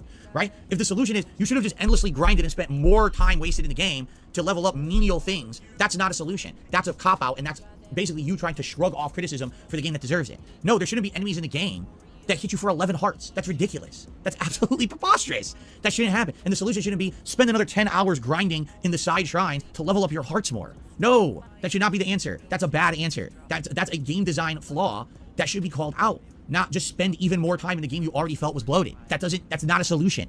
That's a cop-out, okay? But people don't want to hear that. They don't like hearing honest criticism about a game that they're in love with. Sadly, this game is not perfect. It's good. Don't get me wrong. There's real high highs in the game. Last night, again, it's hard for me to not spoil the plot point of what happened last night because actually I loved it. That moment that happened, I was like, wow, that was really neat. It was like a culmination of a lot of work that I did in the game, and it panned out to something really neat at the end, you know? That's one of the best things you could do in a video game. Money, money, yeah, yeah. Money, money. Oh, money, money, yeah, yeah. Money, money. Thank you very much to Luna Guardian for the super chat, who is coming in with some information here. Apparently Phil has never once upgraded his armour, only the health. So I guess that's going to be quite detrimental to Phil when he's trying to protect himself from these overpowered bosses, but there you go, who am I to criticise this genius, expert Zelda lover and his gameplay style. Work that I did in the game, and it panned out to something really neat at the end, you know? That's one of the best things you could do in a video game, is when you spend a lot of time, all right, on something. When you spend a lot of time on it, right? And you're investing a lot of effort, and then basically at the end of that time and effort, there's a big rewarding culmination at the end. That's one of the best things that can happen in a video game. And that happened last night, and I was like, dude, that's gonna be one of the moments that resonates in my head of this playthrough at the end when I beat it. I'm gonna be like, I'm gonna remember that moment. That's cool. That's gonna be one of my big takeaways, right? And the game has those big takeaways. So it's not a horrible game. This game, I'm criticizing it, but I want you to understand I am really liking it. I am. But it definitely is not a game for someone who's not just focused on it. You know what I mean? It's just not. They didn't design it like that. It's like, well, you won't get instant killed, stomped by enemies if you spend another 20 hours grinding for hearts. What? No, that's the opposite of what I want to hear as an answer. That's literally like that. I'm already telling you I'm 40 hours in and I feel like the game has bloat, and I feel like more meaningful stuff had happened in the 40 hours I played, and your solution was spend 20 more hours grinding. Like, no. What the hell was that? Listen, hold on.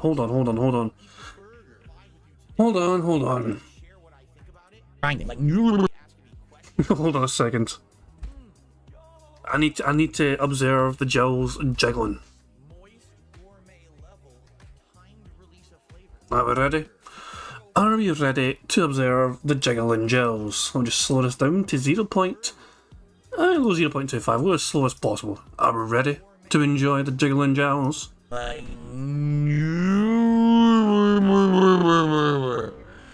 There you fucking go. Jesus Christ.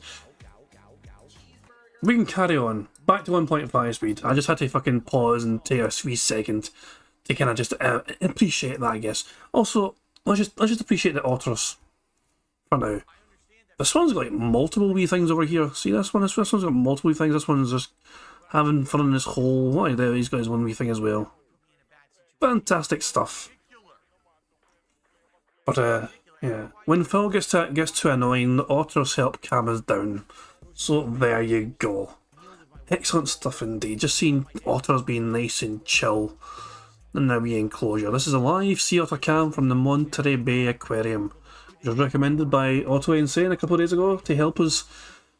You know, when Phil gets too annoying, we can just enjoy them, and that's exactly what we're doing right now. There's a couple in the wee hole right now. I went and clicked on live. We're behind like by fucking a few minutes. People are saying, is that food on the rocks? I believe it's ice. It looks like it's because I think their feeding areas are over here. On people actually come out and feed them at certain times. You know, I think they're due to get fed in an hour's time or so, roughly at past. They're due to get fed again, and they'll come out and make a show of it, whatever. But I think this is just this ice sitting over here for them to enjoy because it might be really hot there, I guess. But there you go. That's so cute. Anyway, that's helped. That's helped kind of detox from Phil's natural toxicity. Let's get back to Bingo. No. Anyway, and it's funny because right now I see certain people in the chat completely disagreeing with me, which is fine. But then there's other people who are disagreeing with me and then completely write off my opinion. Oh, you see, he's wrong. All right, here's the thing. All right, here's something that I've definitely learned. All right, in life, you have to at least try to see from another person's perspective. You have to, okay? Because as I got older, what I've realized is that when I was younger, I used to be a very opinionated person, even here as a YouTuber, right? And my problem with that is I used to say it's my way or the highway. I would have a very strong opinion about something. I really liked it or I really hated it. And that opinion was fact for me. It wasn't like that's my opinion. That's fact. And God forbid anyone ever disagree with me on my opinion. Like, that's horrible that someone would disagree with me because I'm in the right. And I should show everyone the way, the truthful way of how, you know what I mean? And, sadly, I feel like a lot of people are still kind of stuck in that mindset like I used to be in. Today, if someone disagrees with me on something, what I try to do is try to understand the perspective. Even if I don't agree with it, and even if maybe I can't really fully logically put myself into that perspective they're in, I still try to respect the fact that they have a feeling about something. Do you understand? Oh, what you've never failed to fucking, you've always failed to fucking accomplish this one simple task, right? It is perfectly fine for anyone to be wrong in life. It is perfectly acceptable to be fucking wrong. The one thing you've failed to ever do is actually own up to the fucking times usually you're fucking wrong about something. You cannot own up to it, at least on this kind of platform you're on, unless you're directly confronted with it by someone like Craig or Adam on side scrollers like before. Unless they directly confront you with something and fucking put you on the spot and fucking make you fucking either admit you're right or wrong. And usually you are fucking basically cowering down and fucking agreeing with everything they were fucking saying eventually. With these fuckers, but on your own platform, where nobody challenges you, nobody fucking questions you, you have no pushback from people, at least not directly, immediately, because you fucking control the narrative. Anyone says something you disagree with in chat, you can immediately just lean and ban them and silence their fucking criticism, silence their fucking words, because you're meant to be fucking right all the goddamn time. Nobody can fucking push back on you then and there, because you're the only one with a fucking voice in your fucking podcast. And you've never managed to fucking properly own being able to be wrong. You fucking claim you fucking matured and you fucking take on people's fucking opinions. Not really, not fucking really. You can pretend you have, Phil, but you don't really fucking do that. You're fucking trying your best to fucking try and make sure you're right all the goddamn fucking time. Even when you're clearly wrong as fuck about some certain things, it's like, no, it's not your fault, it's someone else's fucking fault. And it's never your fucking fault. And if you're wrong, it's because somebody else fucking forced you to be fucking wrong, essentially, and give you bad information or some bish. What I'm saying, and excuse me, that's why when people are coming at me and saying you're absolutely wrong, Zelda is great and here's why, and I'm like, well, I agree it's good, I don't think it's the best game ever made like a lot of people are saying, but I definitely like it a lot, but I think that there's flaws and I have the right to criticism. And some people are like, no you don't, because everything you're saying is just factually wrong.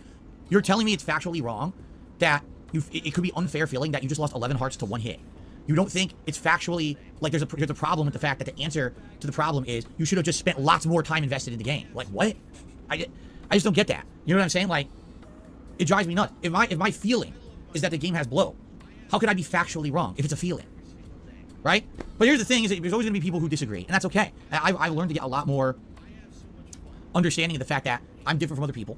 My opinions very much, a lot of cases can differ from other people. And I don't get upset about it anymore. I'm not going to sit here and rant and say, well, you're all wrong for disagreeing with me or whatever. I'm just going to try to relay my own opinion and my perspective, okay? From my perspective, Tears of the Kingdom is a good game. It's a great game, actually, because the highs that it has are quite good. Like I said, so far, the 3 major dungeons I've done, I've enjoyed every single one. A lot of the exploration has been very fun, and discovery has been very fun. And I really liked the Tears of the Dragon plotline. All right, that's the main story plotline of the game, and I feel like that's critical to the game. You absolutely, if you're playing this game, should experience that. If you didn't do it, you did miss out on a major part of the game that should be experienced. So those are my highs, but for all of that, there's what I feel is a lot of menial exploration that doesn't feel as meaningful in this one, because you're discovering locations that literally don't have really much to do with the plot at all. They're just there for a throwback connection to the first game, which makes them feel kind of a waste of time, which is a shame, because in the first game these places are very meaningful, in this one they're not. Same thing with the gameplay mechanics. Major complaint of everyone in the first game, we didn't like the fact that everything's constantly breaking and all of that. So what did they do? Money, yeah, yeah. Money, money. Oh, money, money. Yeah, yeah.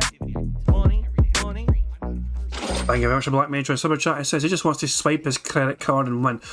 What he seems, I don't understand why Phil is complaining about how there's fucking side content in a game, which is fucking like a waste of time. I personally don't fucking mind side content, which doesn't necessarily have anything to fucking do with the main fucking tasks of a fucking game. Sometimes it's good to fucking distract yourself from being stuck on a fucking linear path and being stuck on this one forced path. Every single fucking thing we're doing in this game is linked to one specific goal. You know what I mean? To try and fucking get to this next fucking point in the fucking plot of this one story.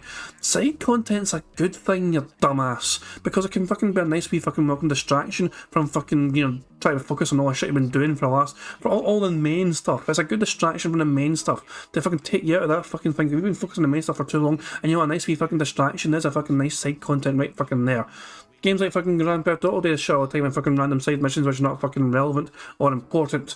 They're gonna be fucking side distraction thing if you want something to do outside of the fucking main story, whatever, you know what I mean? And other things as well, so other games are good as well. Zelda also has a lot of side content where people can just fucking embrace this and fucking do all this other shit as well if they so choose to do so. There's nothing wrong with it, Phil, for fuck's sake. With the gameplay mechanics. Major complaint of everyone in the first game, we didn't like the fact that everything's constantly breaking and all of that. So what did they do? They like double down on it. They totally made it like just as bad, if not worse than this one. So they just ignored the feedback they got from common gamers saying we don't want a system where everything's constantly breaking. It's just too tedious and annoying. They just doubled down on it. It made it even worse, in my opinion. Not to say again that it breaks the game, but it certainly makes it more painstaking and tedious to get through. You know?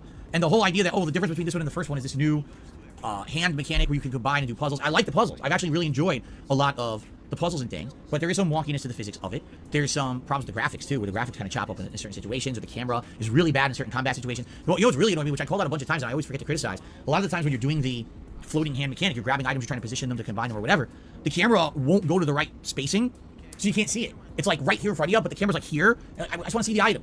Why is the camera stuck? So I can't tell where I'm positioning something. It's definitely something that should be fixed or criticized or improved. And you know, maybe in future games, the thing is every Zelda they change it. So maybe in the next level they won't even have this puzzle mechanic, in which case there's really no opportunity to improve it because it's kind of already only for one game or whatever. I don't know. I would think maybe they would use it in another game only because, man, it must have taken them a tremendous amount of time to design this physics and puzzle engine, right? Like, it's very elaborate. It's very complex. It's one of the more unique things I've seen in a video game. And in reality, yeah, it has added a lot to my playthrough where I enjoy some of the ingenuity of the puzzles and things that they've designed in the game and the ways to do stuff. It seems like there's so many different ways to do things in this game, you know? And that's cool. That's a really well thought out thing about the game. So, I don't know. Like I said, I really still am liking the game, but at this point, you know, I'm 40 hours in, and it's like, well, what's left in the game? I could fully explore the underground. I could fully explore the sky. Is there a point? From what I don't understand, there's one more major cutscene that I need to get for the plot, and then it's really, to see the rest of the game, it's the fourth dungeon and then, like, the final dungeon at the end of the game. Yeah, there's other stuff, but it's all side stuff. So it doesn't really even add to the main plot. So does it matter? The answer is no, it doesn't. If I was trying to purposefully make a... Why did you spoil yourself on the game, though, Phil? So much fucking going to games cold turkey, to use your own fucking phrase wrong.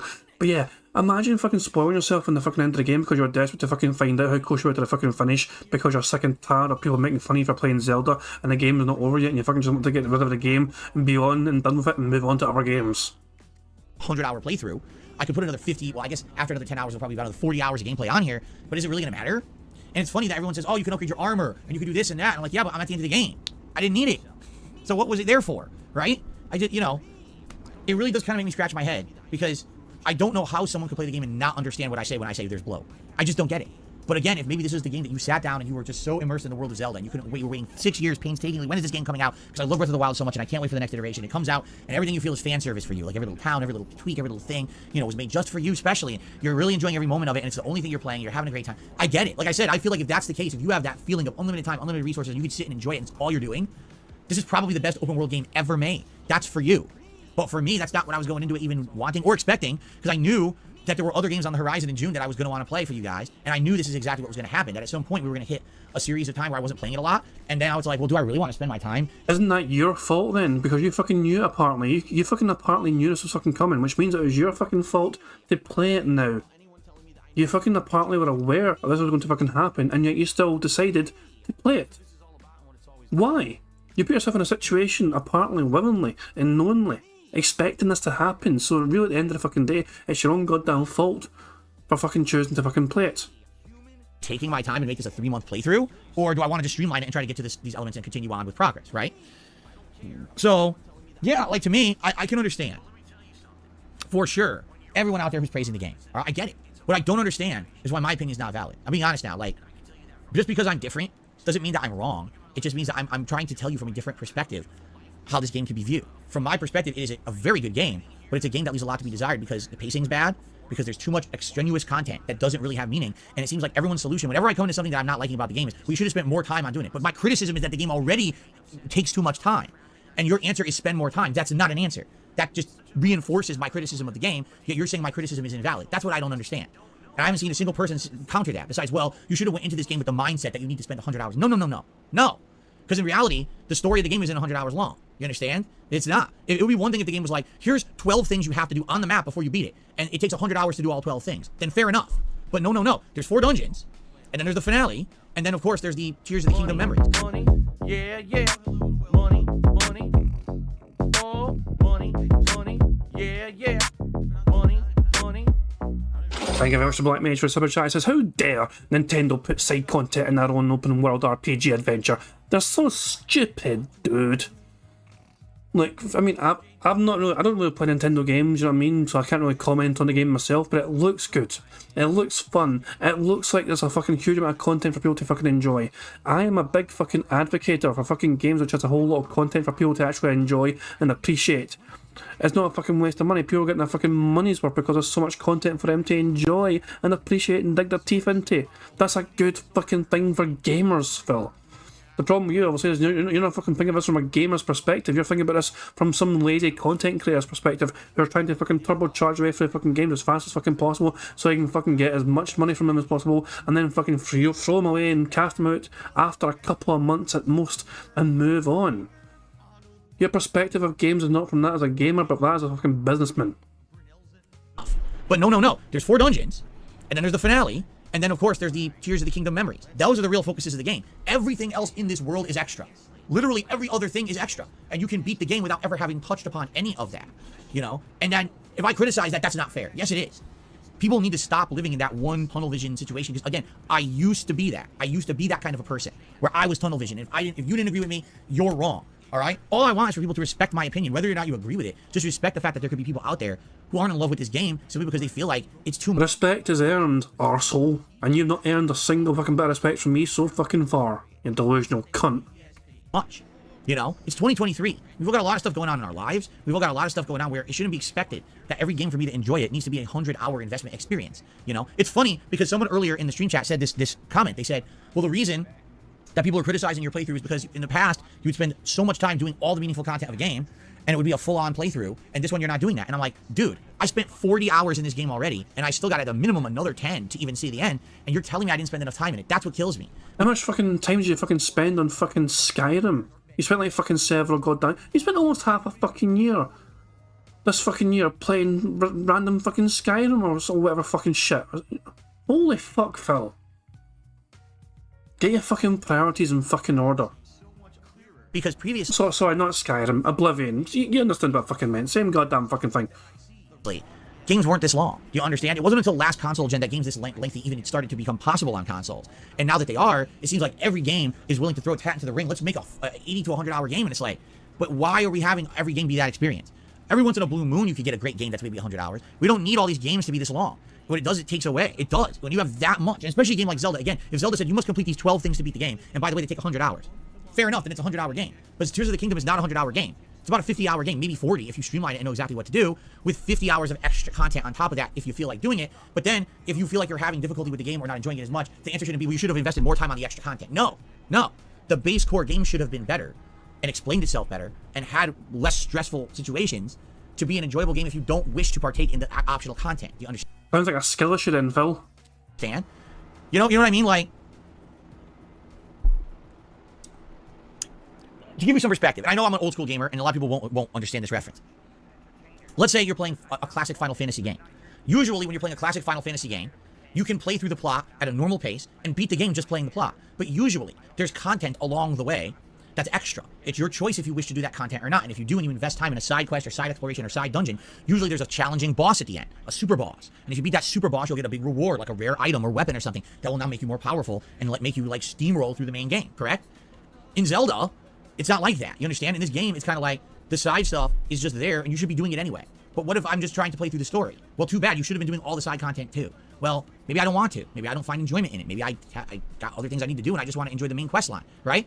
And the answer shouldn't be you should have dumped even more hours into the game to do the side stuff. That's never a solution. If you're having struggle or you're not enjoying the main stuff in the game, the answer is you should have dumped more time into it. That's not the answer. Sorry, it's just not. You should, that's what I mean. Like, side content, and it's optional and meaningful if you do it, if you really love the game, versus side content, and it's just there, that's what you're doing to play the game, just to be necessary to advance through the game. I don't know. Anyway, I've now talked about Tears of the Kingdom for like 40 minutes. So I could literally go on forever and ever and ever and ever about this. I could. What's funny, I'm not even kidding you right now. Super Mario Sunshine fan says, the only side content that's basically necessary is the Great Fairy armor upgrades, which you didn't do. Yes, I did. First of all, the game never points them out. You have to find them on your own, because they're based on a side quest through a stable, which never explains that that's what it is. Once you find it, the first thing you find out is, oh, you need to gather random components through random combat in the world to upgrade your armor. I had played like 30 plus hours by the time I found the first Great Fairy, and guess what? I didn't even have the components to upgrade a single piece of armor. So what's the solution? Spend more time in the game, grinding and doing combat, trying to find gathering quests. Like, what are you talking about? No, that should not be the solution. That literally should not be the solution, to dump more time into the game I'm telling you is too bloated to begin with. That's never the solution. Elden Ring did get this criticism, Evilan. People just didn't listen to it. They wrote off my criticism of Elden Ring. By the final third of Elden Ring, the entire game seems bloated, seems way too repetitive. Yeah, yeah. Money, money. Oh, money, money. Yeah, yeah. Money, money. Thank you very much for Black Mage for a super chat, who says that the Zelda games, even the Breath of the Wild one, they let you fight the end boss immediately out of the tutorial if you're so inclined with only 3 hearts. I never even knew that.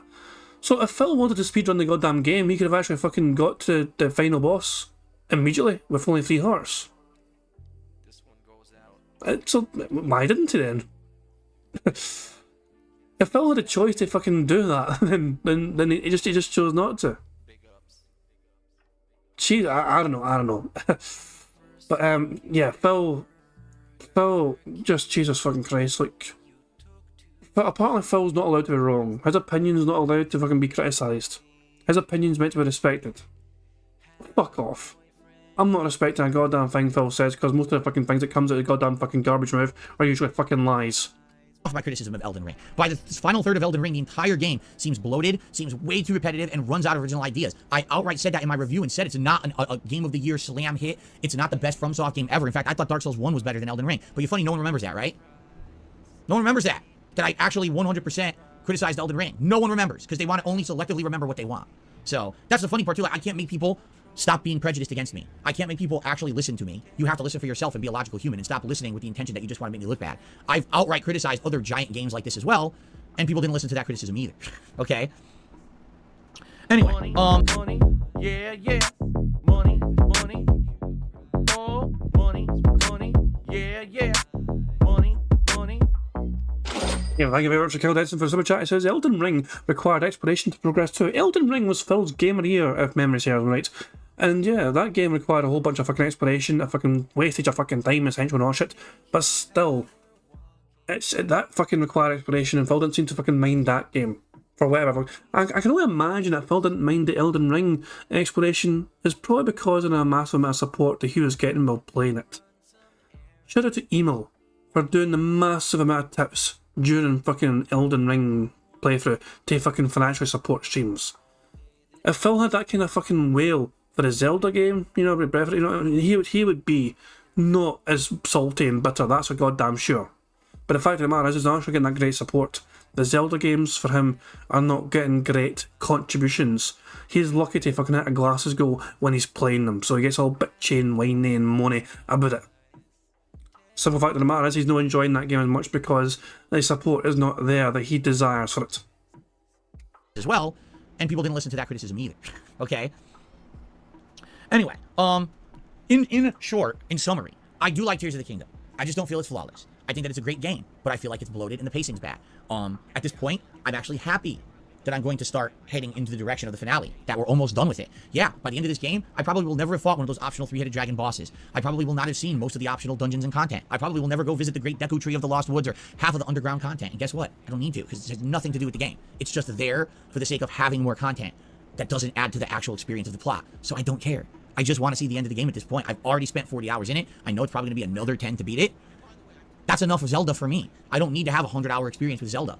I just don't, especially when I'm playing other games that have my interest now, and I'd much rather play them. Just being honest. Like right now, if you were to ask me, would you rather play Zelda, Diablo, Final Fantasy, or Street Fighter? Probably I'd say Street Fighter number 1, because I've been addicted to this game for the month. And then I'd probably say, yeah, probably Zelda and Diablo are about equal.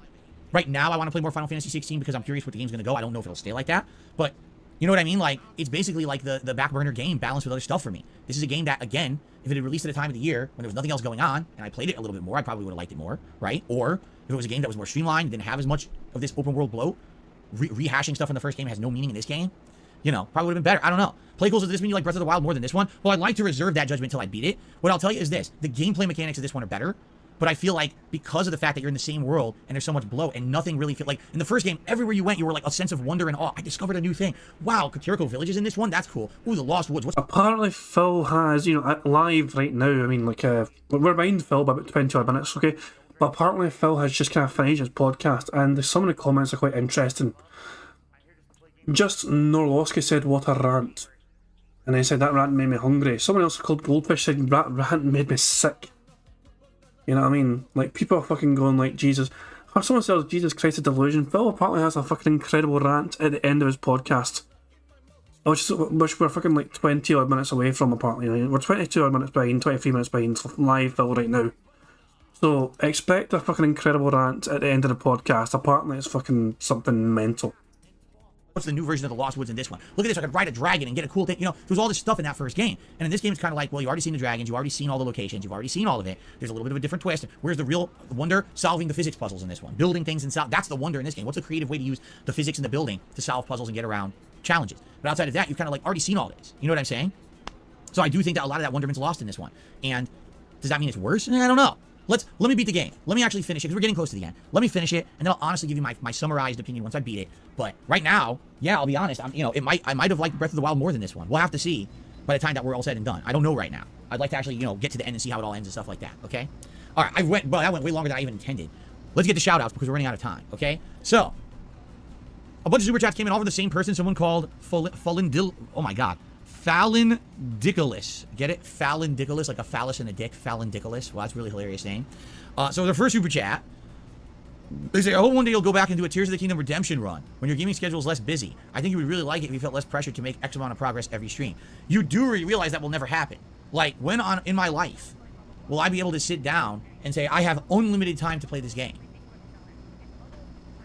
This is my job. You understand? Unlike anyone else where playing the video game is the thing outside of the job for enjoyment to unwind for the job, this is the job for me.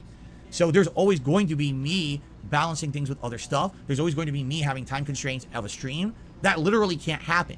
And I think that's one of the points I'm making is when every game now is becoming 40 plus hours and every game has giant open worlds with optional content that's full of bloat that's not essential to the plot, this is what happens, is that you can't really fully enjoy those style of games.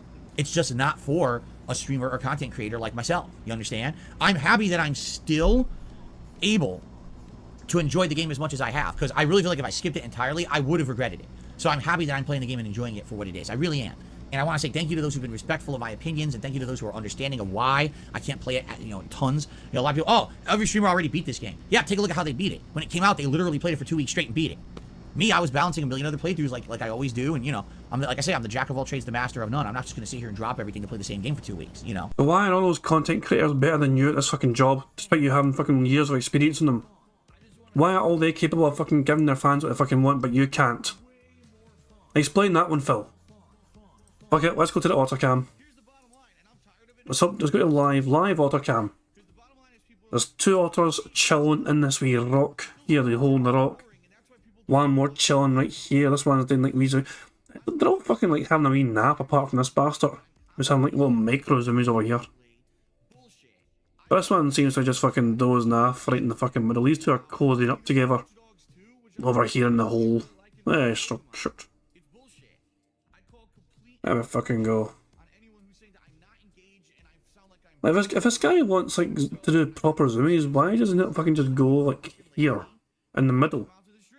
He's really restricting himself. You're like, why is he doing these micro zoomies here in a small little section which is very restricted? But does it? I don't understand. It's just a strange. I'd love to know why. You know what I mean? Like, it's very confusing. You know what I mean? It's like, did he want to swim? Did he not want to swim? It's a weird one. Okay, yeah, Brian says could be different temperatures in water. Who knows? Who knows? Apart, Kayak is saying that otters hold hands when they sleep so they don't drift apart. I can't see if they're doing that in the rock pool here or not. They might be. They might be holding hands. Who knows? They're kind of facing the same way it looks like anyway. They might be holding hands. Ever please tell me do not judge otters. Otter does what it wants. Do not judge. Okay. Let's crack on with the fucking bingo. Back to the bingo. Nice wee little detox though from Phil's antics. So, thank you for those who are understanding, but I don't ever see myself being able to just sit down and be like, yeah, money, oh, money, yeah, money. Thank you very much to Black Mage for Super Chat. Says every other streamer still plays games off screen, you dead. They actually love them, unlike you. Pat Stares At has played hundreds of hours of Final Fantasy XIV and fighting games off stream for fun. Yeah, most of these are big time content creators can literally fucking enjoy a game for fun, even though it's a job. Phil He has to fucking make sure anytime he fucking plays a video game, that shit's getting recorded because he fucking has to monetize that for content and easy fucking money. He doesn't fucking play games for fun anymore, aside from gacha game and mobile games like WWE Champions. Standing, but I don't ever see myself being able to just sit down and be like, hey, I can just sit here and play Tears of the Kingdom nonstop for 100 hours for 2-3 weeks straight and never have an interruption and everything's fine and no one's going to complain and we're good to go. Yeah, I don't think so. How would that ever happen, right? Okay. I got another super chat from Fallon Dickolis. Maybe a year or two down the road you can play Tears of the Kingdom like you played your recent Skyrim and Oblivion playthrough. Well, see, that's a different animal entirely. You're talking about how in the hell is it? How's that a different animal?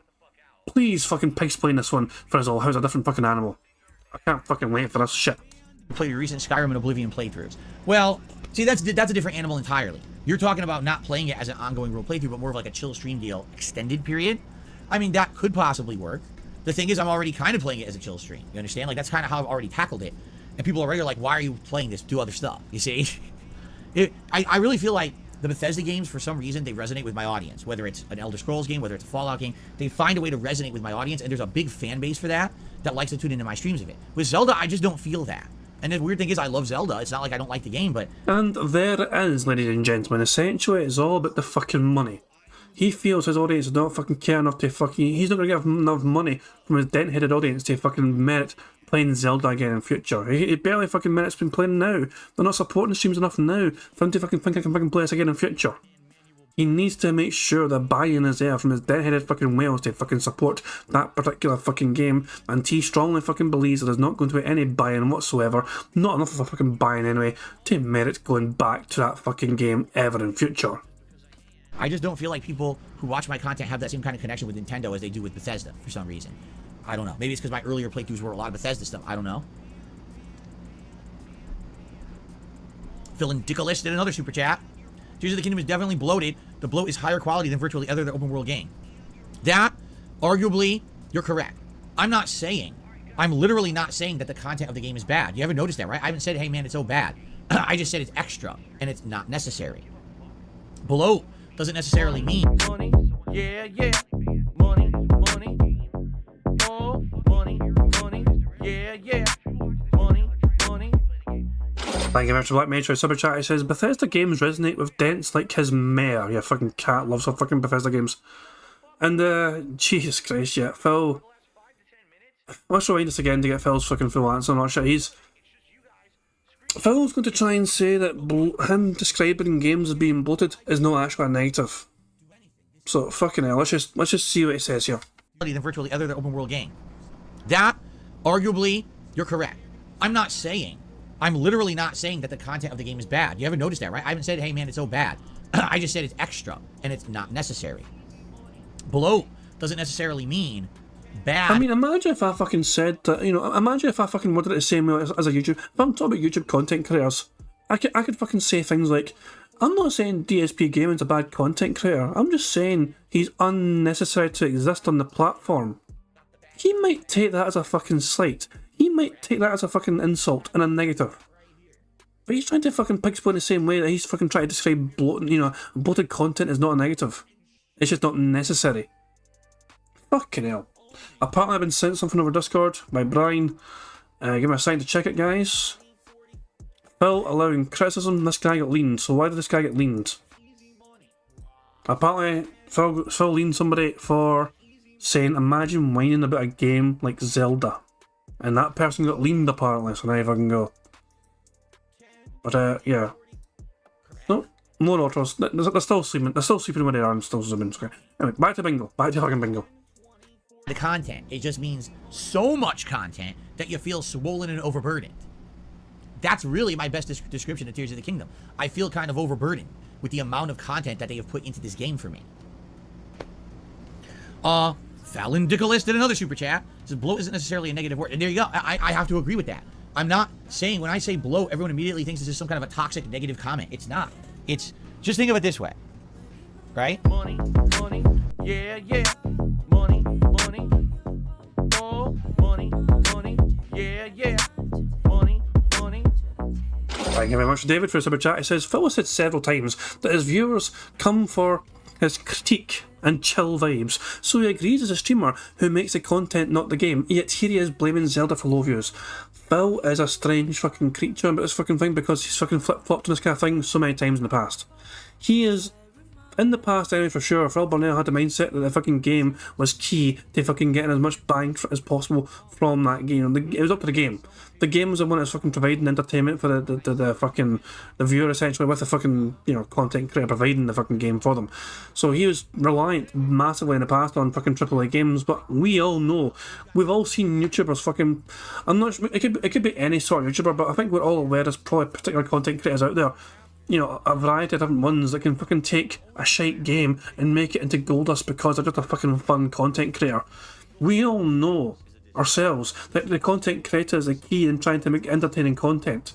It is not necessarily going to be the game. The game can have a fucking role in it, of course, you know what I mean? Some games are kind of funny in general, like fucking Saints Row, for example, or fucking, you know, Saints Row 2, 3, 4, those are kind of funny games to an extent, and they can help provide entertainment, but the content creator themselves also to fucking make sure that they do the best with that kind of entertaining game that they've fucking got at their disposal and make it into a fucking incredible experience for the fucking viewer.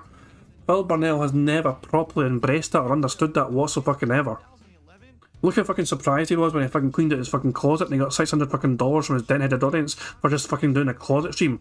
It seemed to fucking sink in then for him. I was like, holy shit, I can just fucking do something like clean out my closet and you guys will support me. It actually seemed to fucking catch him off fucking guard. That's meant to be the fucking content creator that fucking, you know, drives the fucking audience to engage and not the fucking thing they're watching, like the game or whatever. You know?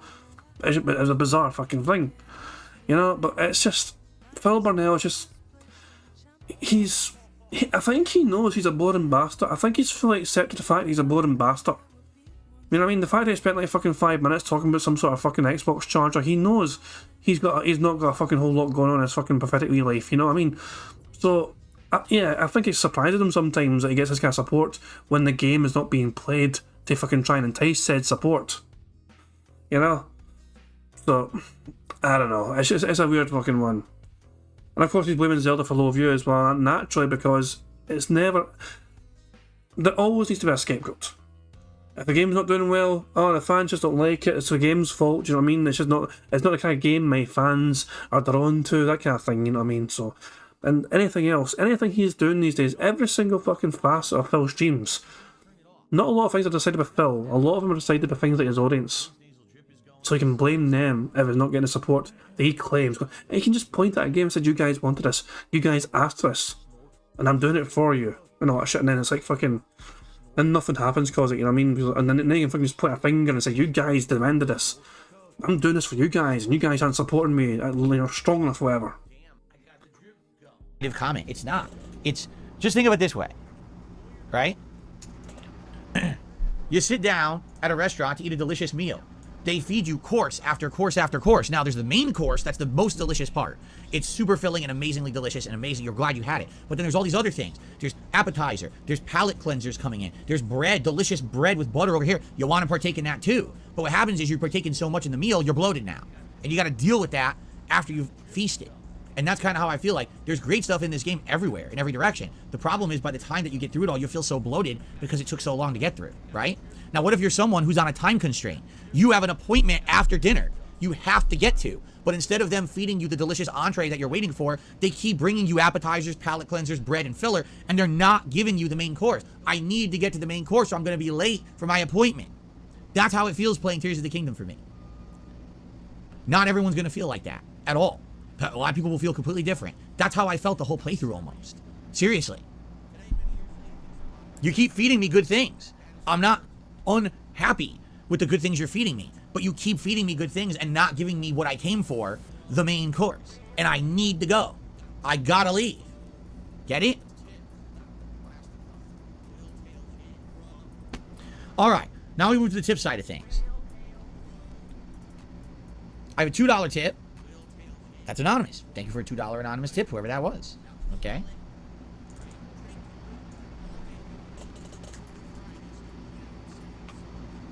What I will say is this, just thanks to anyone who respects it, my opinion. You don't have to agree. I'm trying to be very respectful to everyone who disagrees with me. But Phil, I don't need to fucking respect it either. Don't fucking demand respect when you're not done a thing to fucking earn it. You don't you fucking dare try and demand respect from fucking people without earning said respect first. Why the fuck should people respect your opinion? They can fucking listen to your opinion, but I don't need to fucking respect it. No, God, fuck no. Listen, you have the right to do that. Absolutely you do. If you love the game, you love the game. I like it. I don't love it. You know, but if you love the game, I respect your opinion. I certainly believe that you're probably in a very different position in life than I am, that you can sit there and enjoy it at length as much as you have. I'm glad you did. And maybe you're right. Maybe if I was a different person in a different perspective, I absolutely would be liking the game more. But that's my perspective. I'm sitting in a fine dining restaurant and they just keep feeding me small finger foods rather than feeding me the entree, but I've got to go. And I'm enjoying my stay, but my God, I'm getting pressure. People are texting, blowing up my phone. You got to go, man. You got an appointment to get to. And I'm like, but I'm still eating my delicious Zelda meal. It's not ending yet. I'm 40 hours in, the meal continues. And people are like, no, move on. There's other things outside the restaurant you need to experience. Like, no, the meal, it's still coming. Jesus fucking Christ. Anytime, this is not really anything to do with Phil, but anytime I fucking hear, you know, things like enjoying a meal, if I hear the words enjoying a meal, my dumbass brain immediately just thinks of three simple words. Succulent Chinese meal. That's literally, anytime, because Phil keeps mentioning enjoying a meal, my dumbass brain is immediately jumping to that sort of, that fucking old style fucking meme. I might try and find it for you guys, hold on. If you guys aren't aware of this fucking succulent Chinese meal thing, Jesus Christ, hold on. I'll just fucking find this shit. Hold on. So, it's random as hell, I know, but I hear Phil talk about, you know, enjoying a meal, and this is what I think of. Just a moment, you just assured me that I could speak. Sit down inside the car. We're not assuring anything. We're under arrest. Look, I'm under what? Gentlemen, this is Democracy Manifest. Have a look at the headlock here. See that chap over there? Get your hand off my penis! This is the bloke who got me on the penis before. Get some cups. Why did you do this to me? Hop in the car. Get some cups. For what reason? What is the charge? Eating a meal? A succulent Chinese meal? Oh, that's a nice headlock, sir. Oh, yes. I see that you know your judo well. I mean, sorry, I mean, also there's also more, but just that literally, that fucking word, so what is my crime? Eating a meal? Eating a succulent Chinese meal? I was like, what? What in the absolute fuck? I'm not even sure where this came from. You know what I mean? Or whatever, or when, or where, or what. Some people say it's in Australia, or something like that. I don't know. I have no idea. But yeah, I hear Phil talk about enjoying a meal. My dumbass brain immediately just goes back to this. Penis before. Get some cups. Why did you do this to me? Hop in the car. Get some cups. For what reason? What is the charge? Eating a meal? A succulent Chinese meal? But anytime I'm having Chinese food, I basically fucking say that. I'm enjoying a succulent Chinese meal. God damn. Anyway, back to the bingo. I swear there's a big Goron steak coming. I need to eat the Goron steak. Okay. Yeah. Charles the tapas. They keep feeding me tapas foods and not bringing me the main course. Where's the main course? Right? Tapas? Did he just fucking say it as tapas? Tapas. I received a $1 tip. What's up, Arkham? How you doing? So someone sent me $1 and they're asking a ridiculous question like, what are you gonna do after you're done with YouTube and all of that because you don't have any 401k or retirement or anything? It's a genuine fucking question for you don't have all that shit. Why is that a dumb question? You could fucking say it's a fucking nosy question, it's not a fucking business, but thank you for showing concern. But no, you immediately fucking think, and it's a solid question, which is nobody's fucking business, absolutely true. But it's not a dumb question, it's a pertinent fucking question. Is there a fucking plan? Is there some sort of retirement plan for you, Phil? He immediately goes on the defensive and thinks it's some sort of strange troll question. It's a bizarre stance to take. So someone sent me $1 and they're asking a ridiculous question like, what are you gonna do after you're done with YouTube and all of that because you don't have any 401k or retirement or anything? Well, first of all, you have no idea what I have, right? You don't. Phil, last time you told us, you said you don't have that. This is all your eggs are in one basket here, apparently. You have told your audience before there is no 401k. You've told your audience before there is no savings. You have told your audience everything you've got is basically what you've got here. So unless that's changed in a few years since you told us all that, then that's the kind of thing we've got to go on. Assuming I mean, I had no money when I had a bankruptcy 3 years ago. The good news is, you know, I'm hoping to maintain and get better and improve my position over the years. And hopefully, eventually, I will be able to be putting stuff aside if I'm not already, which is none of your business if I am or not. But like I said, definitely with what I've seen, it seems like no matter what I do on YouTube, I know that I have a fan base. It doesn't matter if we're playing a video game, if I'm doing a podcast where I'm ranting about a topic or talking about news or whatever, if I'm doing React style content now, which has now become a part of my repertoire, or if we're just kind of chilling and doing Q&A, like no matter what I'm doing, I've got a fan base, and that fan base likes me and likes my content and supports it.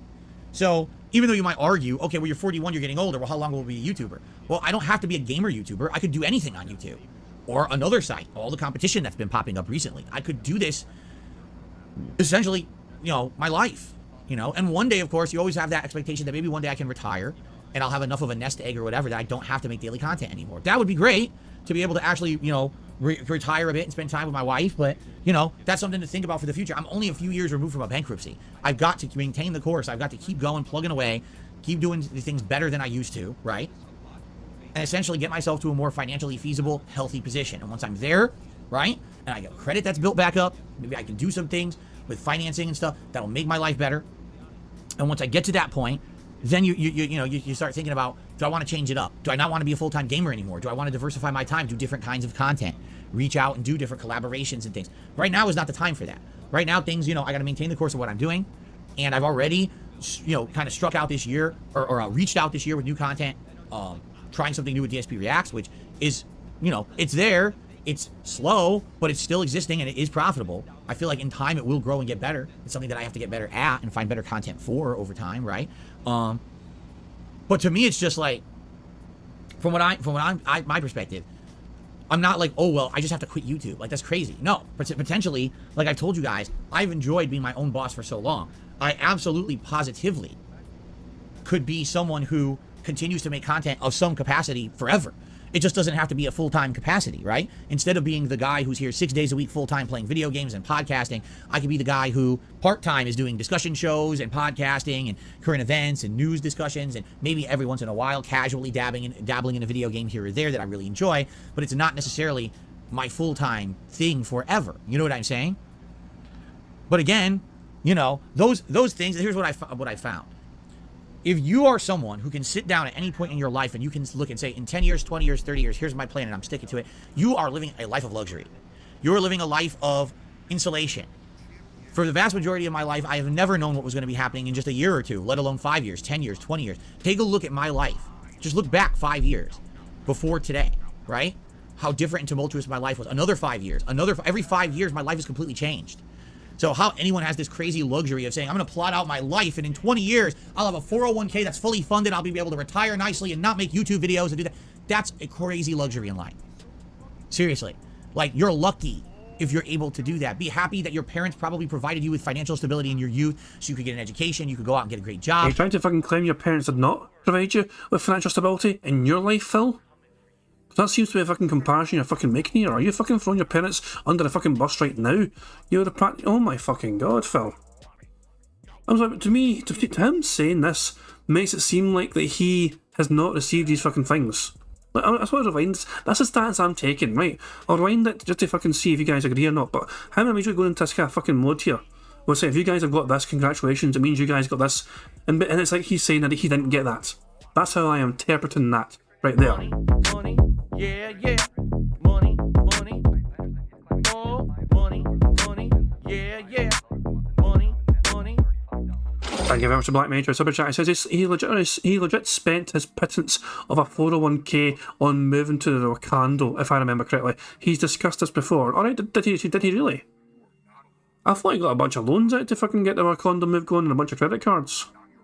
Or was that just to fucking furnish the place once he was there?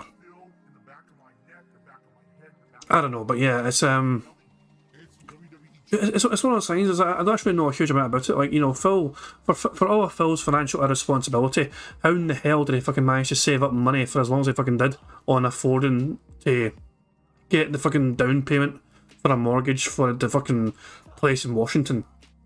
Because I would have been a lot of fucking money down payment to fucking get that place, you know. So it kind of question, it calls into question, how did Phil save money all that fucking time when we know he's so fucking bad when it comes to saving money? And if he actually used his 401k to go towards it, then that would actually explain quite a lot, in my opinion. So yeah, it could very well be. Anyway, this point right here about Phil, it looks like he is fucking trying to argue here. But if you're able to fucking plan your future, it means apparently you had all these things that he hasn't had apparently. That's my interpretation. Listen again, see if you agree. Changed. So how anyone has this crazy luxury of saying, I'm going to plot out my life and in 20 years, I'll have a 401k that's fully funded, I'll be able to retire nicely and not make YouTube videos and do that. That's a crazy luxury in life. Seriously. Like, you're lucky if you're able to do that. Be happy that your parents probably provided you with financial stability in your youth so you could get an education, you could go out and get a great job, and you could have a family right away and you have stability and all that. A lot of people on this planet don't have that. I've never had that in my entire... There it is. He actually has thrown his parents under the fucking bus there. Hold on. Hold the fuck on. He actually is fucking throwing his parents under the fucking bus there. Like, go back and hear this shit. Seriously. Like, you're lucky if you're able to do that. Be happy that your parents probably provided you with financial stability in your youth. Apparently, Phil never had financial stability provided to him in his youth from mum and dad. That is literally what he's saying right here. He's literally just said, I never had that as a kid. They clothed him, they fucking bathed him, they fucking put him through education, they fucking got him through fucking school and college and all that shit. His daddy got him a fucking job at a helicopter fucking company. What more could his fucking parents have done for him, for fuck's sake? They bought him cars until he fucking crashed it and fucking got told off by his fucking mummy for fucking crashing it. Holy fuck, Phil. You delusional fucking cunt. Oh my fucking god. I need otters. Hold on, I need otters. I'm getting annoyed. I need otters.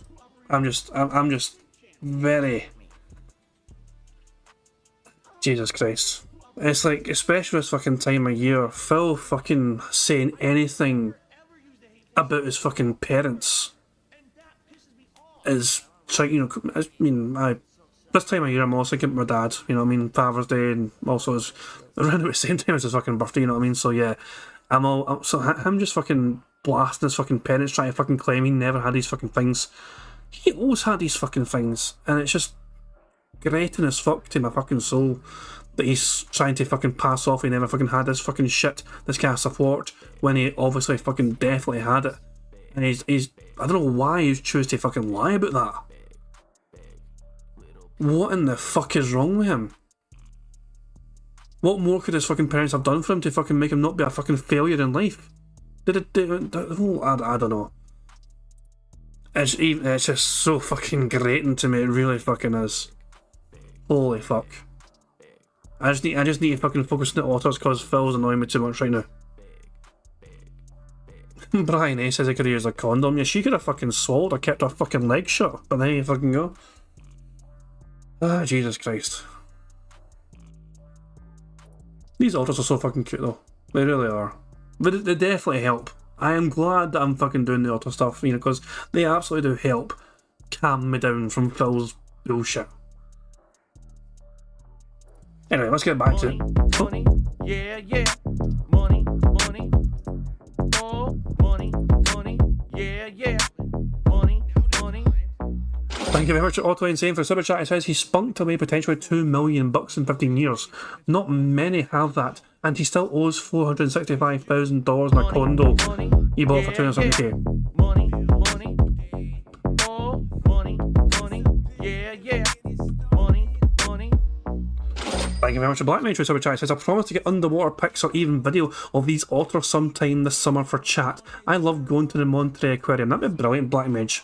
I'll certainly like that, and I'm sure plenty of others as well. Otto Insane, for one, would be fucking your best friend forever, I'm sure, if you managed that. But that would be pretty cool, Black Mage, if you managed to get that as well. Money, yeah, yeah. Money, money.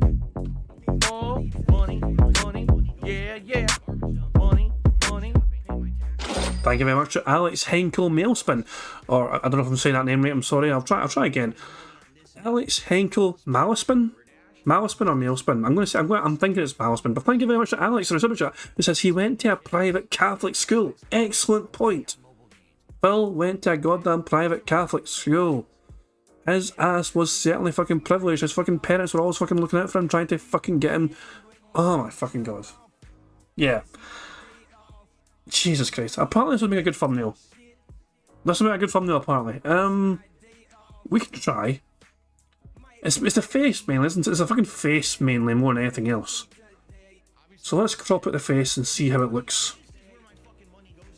YouTube videos. Oops, hold on. Let me. So I got the image anyway. So I said the image before I started playing there. So let me just see how it looks. There we go. This fucking punchable face of an arsehole. I'm going to rewind this one more time, just so the full rant. You get to hear the full rant. I'm going to let it keep playing on as well. But Phil throwing his own goddamn parents under the fucking bus for why he's not capable of fucking planning a good future for himself is Jesus Christ. Here's what I found.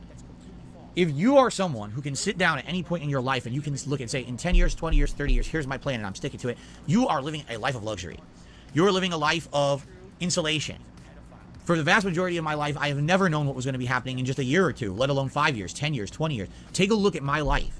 Just look back 5 years before today, right? How different and tumultuous my life was. Another 5 years. Every 5 years, my life has completely changed. So how anyone has this crazy luxury of saying, I'm going to plot out my life, and in 20 years, I'll have a 401k that's fully funded, I'll be able to retire nicely and not make YouTube videos and do that. That's a crazy luxury in life. Seriously. Like, you're lucky if you're able to do that. Be happy that your parents probably provided you with financial stability in your youth so you could get an education, you could go out and get a great job, and you could have a family right away, and you have stability and all that. A lot of people on this planet don't have that. I've never had that. In my entire life, I've never had that stability. It's always something fluctuating, uncertain, weird, and different. I didn't choose that life. That's the life that I stumbled into, and the cards that I was dealt, and I'm just doing the best with what's handed to me. You understand? I wish that I could tell you that, yes, I have a 20-year plan that by the time I'm in my early 60s, I have a fully funded 401k, and I can stop making YouTube videos entirely and ride off into the sunset of retirement. It's not possible right now. Long-term, yes, maybe.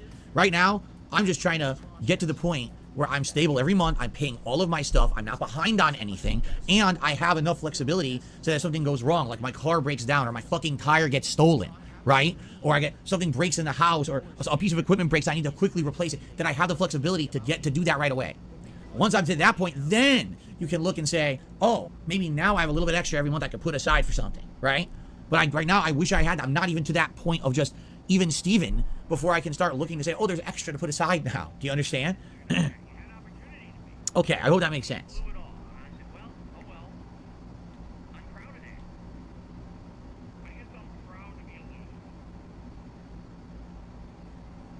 Well, I've got another dollar tip. This doesn't make sense.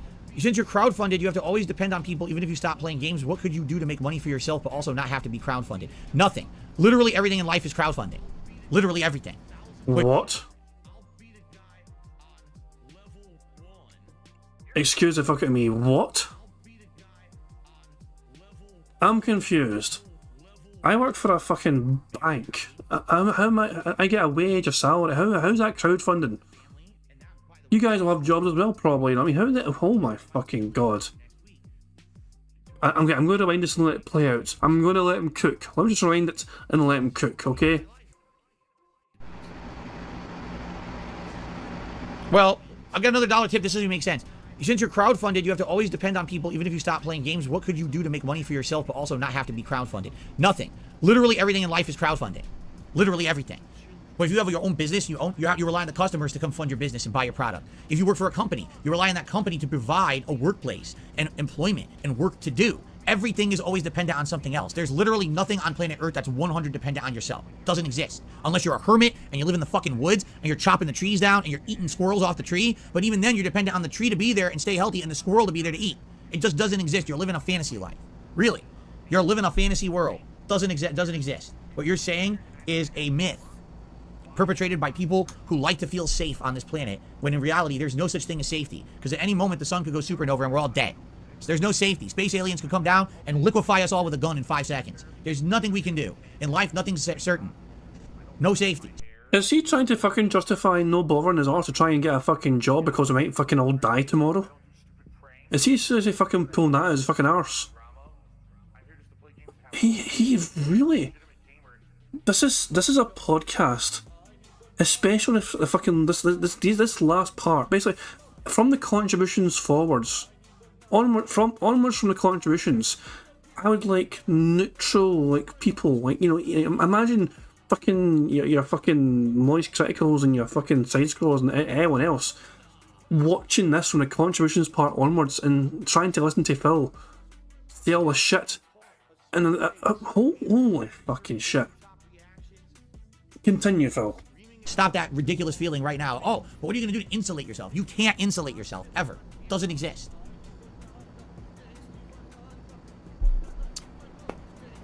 Grim Ripper did a super chat. If I get a Nintendo Switch, which Zelda game should I go with? I might get a Switch. I might even get an Xbox One X for Starfield. Man, I would start with Breath of the Wild. And if you really like Breath of the Wild, then get Tears of the Kingdom. Seriously, that would be my suggestion. Generic fan says Final Fantasy 16 Pillow Talk bad, but Ishin Bathhouse okay. Yes. Anyway, only I 7 No, that's a fucking great fucking point. The Ishin bathhouse was basically when two naked guys are fucking eating. Money, money, more money, money, yeah, money, money. Thank you very much to Decepticon for the super chat. He's actually sent a bunch of super stickers. Well, is that a super sticker or is it just a bunch of emojis? I think it's just a bunch of emojis for the super chat. So the Decepticon says, pig, money bag, money bag, money bag, fire, fire, fire. I say he said that, that's what he emoted, so there you fucking go. I think I've done quite well with that, I'm not sure, but there you go. Thank you very much to Decepticon for the stream. I actually popped into the Decepticon stream last night. I had a good wee day out on Saturday. In case you guys weren't aware and were interested, I went out to see my pals yesterday. Money, money, more money, money, yeah, money, money. Basically, I drank a lot yesterday. Got back home, caught the end of the Decepticon stream, got a bit drunk and told him to get a burger from McDonald's. But yeah, thank you very much to Black Mage for the super chat. It says, so nihilism is why you should tip. What in Christ? Yeah, Phil is losing his fucking mind massively this time, big time. Try to fucking justify all the reasons why he fucking doesn't have to fucking look for a goddamn real fucking job, because apparently there is no such thing as a real fucking self-made man to get his own fucking job. Apparently every single fucking thing in life is crowdfunding these days. If you fucking eat roadkill for fucking dinner, that fucking roadkill was provided to you, was basically fucking, that was fucking handed to you. The fucking animal had to fucking die and that was given to you, that was crowdfunding. You having that roadkill for dinner was crowdfunding. Because you would not have fucking had a meal without the fucking roadkill having been killed. Hey, fucking, I don't know, it's bizarre. Phil's fucking logic makes no goddamn fucking sense here. Jesus Christ, man. But it's so fucking confusing. But yeah, remember guys, I'm not here usually on Saturdays, and Decepticon has this great fucking react. Like he kind of endures the Phil's react crap with somebody, you know what I mean, and it's quite fucking funny, you know what I mean. So I totally recommend that on Saturdays if you had the tractor content, and I caught some of it towards the end as well because I was back home from having drinks with pals. So yeah, there we go. Of course, I'm back today. I'm just about to recover from my drinking antics. Generic fan says Final Fantasy 16 Pillow Talk bad, but Ishin Bathhouse okay. And that is a fucking great point, because Phil did not seem to fucking mind whatsoever that the fucking two male characters, when they were fighting in this fucking game, are completely naked in a bathhouse. Was there a need for them to be fucking naked? Of course not. It did not fucking need to fucking happen whatsoever. And yet Phil did not seem to mind whatsoever. He actually seemed to enjoy the naked bathhouse fight.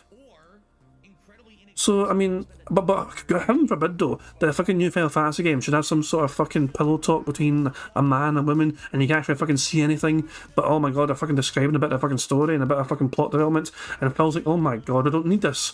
Get this off my screen. I'm married, dude. Yes. Anyway, only I-7 did a super chat says go to Kick. I don't see any reason to go to Kick. I enjoy being on YouTube and having my audience here.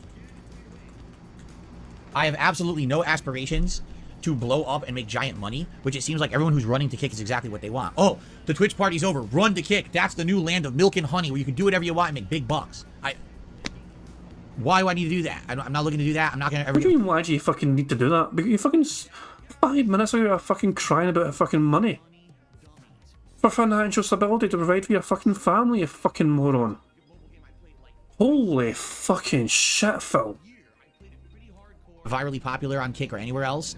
I'm happy being who I am with the audience I have. I'm not being complacent. I'm being a realist. These people who jump from trend to trend, this is what they're doing. They're just trying to stay on top of this big money-making game. To them, that's what it is. It's a game. Get the bag. That's not what this is for me. It's not get the bag. If it was get the bag, I would have taken every money-making opportunity I was presented. And if you haven't noticed, I've turned down a lot of them. You see? You stayed with fucking Machinima because they were offering you the fucking most money. You admitted that before. and then they fucking fired your ass not long afterwards, but you get what I'm fucking saying though. You admitted to your fucking audience before, you fucking purposely stayed with Machinima when everyone else fucking had a chance to fucking leave Machinima, and now redrawn contracts and everything else up. You stayed with Machinima at the end of the fucking day when you could have fucking left them because they were the ones that were offering you the best fucking contract financially. Even though you fucking knew about Machinima's reputation, you knew Machinima had a fucking shitty reputation, and yet you fucking stayed there because they were offering you the most fucking money. Don't fucking you dare pretend you've never fucking done anything for fucking money when you've admitted to your own audience before that you fucking did things like stay with Machinima despite their reputation because it was the fucking best financial decision for you to fucking make at the time. There's nothing wrong with doing that, Phil. It's fucking good to fucking do it. You gotta fucking look out for fucking make sure you're fucking providing for your fucking family. There's nothing wrong with going with the fucking most financiable, you know, the smartest option. If someone's offering you fucking more money for doing the same fucking thing, then yes, if you fucking do that shit, you might as well fucking go for it. There's no danger. There's no fucking harm in that. You're fucking doing something you think, but no, stop pretending that what you fucking do on a daily fucking basis is actually fucking got worth merit or value or meaningful. No, nothing you do, Phil, is fucking meaningful. You can't even fucking remember the fucking shit you're fucking saying on a daily fucking basis. You forget it the following fucking day. What you do has no fucking merit whatsoever to most fucking people. And you're fucking wasting space on YouTube's fucking servers on a daily fucking basis with your garbage fucking shite content uploading there.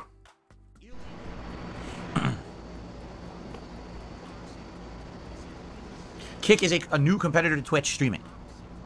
I don't know too much about them because I haven't really looked into it because I'm not looking for a competing streaming service to stream on. Am I planning on giving the Texas Chainsaw game a try on Game Pass in August? I don't know. If it's on Game Pass, I might, but if it's just like Friday the 13th, probably not. Been there, done that. The 4v1 survival game is kind of played out at this point, I feel. So. Yes, of course I played Metal Gear Solid 3. Alright, guys, it's time to end the show before we go too late. Thank you for watching. Hopefully, some people at the very least now at least understand my perspective on Tears of the Kingdom and will hopefully respect it. I'm not saying you have to agree with it. I'm just saying I hope you respect it. Because I've been in a lot of disrespect recently in regards to the playthrough. It's like, I don't remember playing the game and really slamming it and saying it's bad. You know, I don't necessarily remember any of these things that people are reacting to in a way that it feels like it should be actually get this level of vitriol against me just because I'm saying I'm not in love with the game. It's a masterpiece like a lot of people have said. I don't get that. Why am I not entitled to my own opinion? It just seems like there's a lot of nastiness on the internet right now. And it is what it is. You know, you sign up for that when you're a content creator, but just abnormally for this playthrough, which is really, really weird in my opinion. So hopefully now you at very least understand where I'm coming from.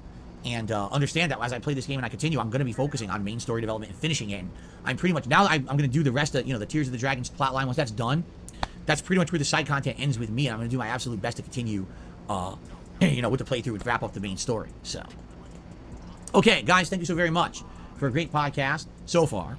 And thank you for watching. Tomorrow, we're going to be swapping over to some Street Fighter fun. And I'm sure that's going to be a little different, right?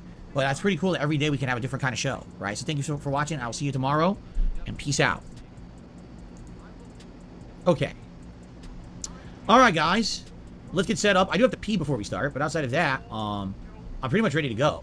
Like I said, we actually ended on a big cliffhanger here, playing Final Fantasy the other day, and I'm curious to see what's going to happen. Will there be another boss fight? Because I'm out of items. Like, I spent everything on that 2v1 boss. So maybe it'll just be cutscenes or something to resolve what's going on. I'm not sure. Oops. Let's see here. Am I centered? I think I am. I look good, right? I'm centered here.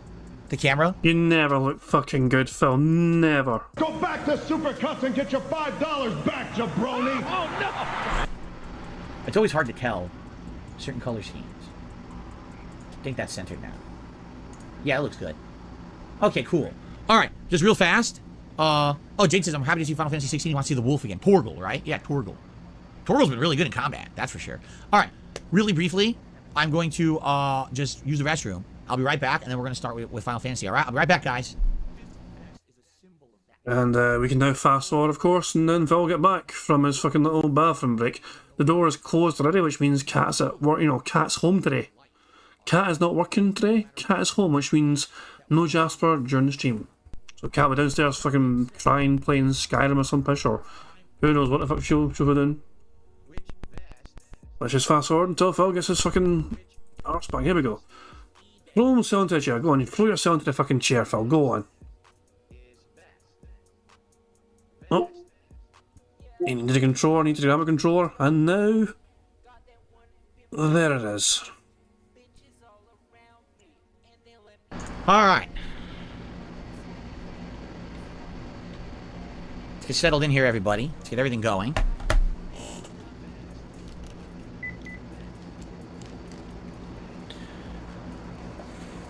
All right. Justin Orlowski, enjoy your ban, because I'm not going to put up with bullshit slander like that. I'm serious.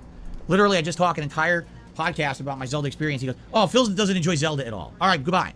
You want to spread misinformation, you can do it somewhere else, not on my stream. Thanks. Instead of being an asshole and saying falsehoods that then people will believe and start talking junk. So I'm not going to put up with your bullshit anymore. Enjoy your ban. But Phil, the perspective we fucking receive from you playing the fucking game is you don't fucking enjoy it. You can fucking... It's okay for you to fucking say you enjoy the fucking game, but it just does not look like whatsoever. It seems that you don't enjoy it. The perspective that probably people are looking at you playing the game, you all seem to kind of complain about something, whine about something, you moan about something. You don't seem to be enjoying the game from the viewer's perspective. Money, yeah, yeah. Money, money. Oh, money, money. Yeah, yeah. Money, money. Thank you very much to Black Mage for a super chat. Who said that Kat is getting her back blown out by Tyrone and friends. Jesus Christ, Black Mage. You went from being all wholesome with the otter stuff to going down to that.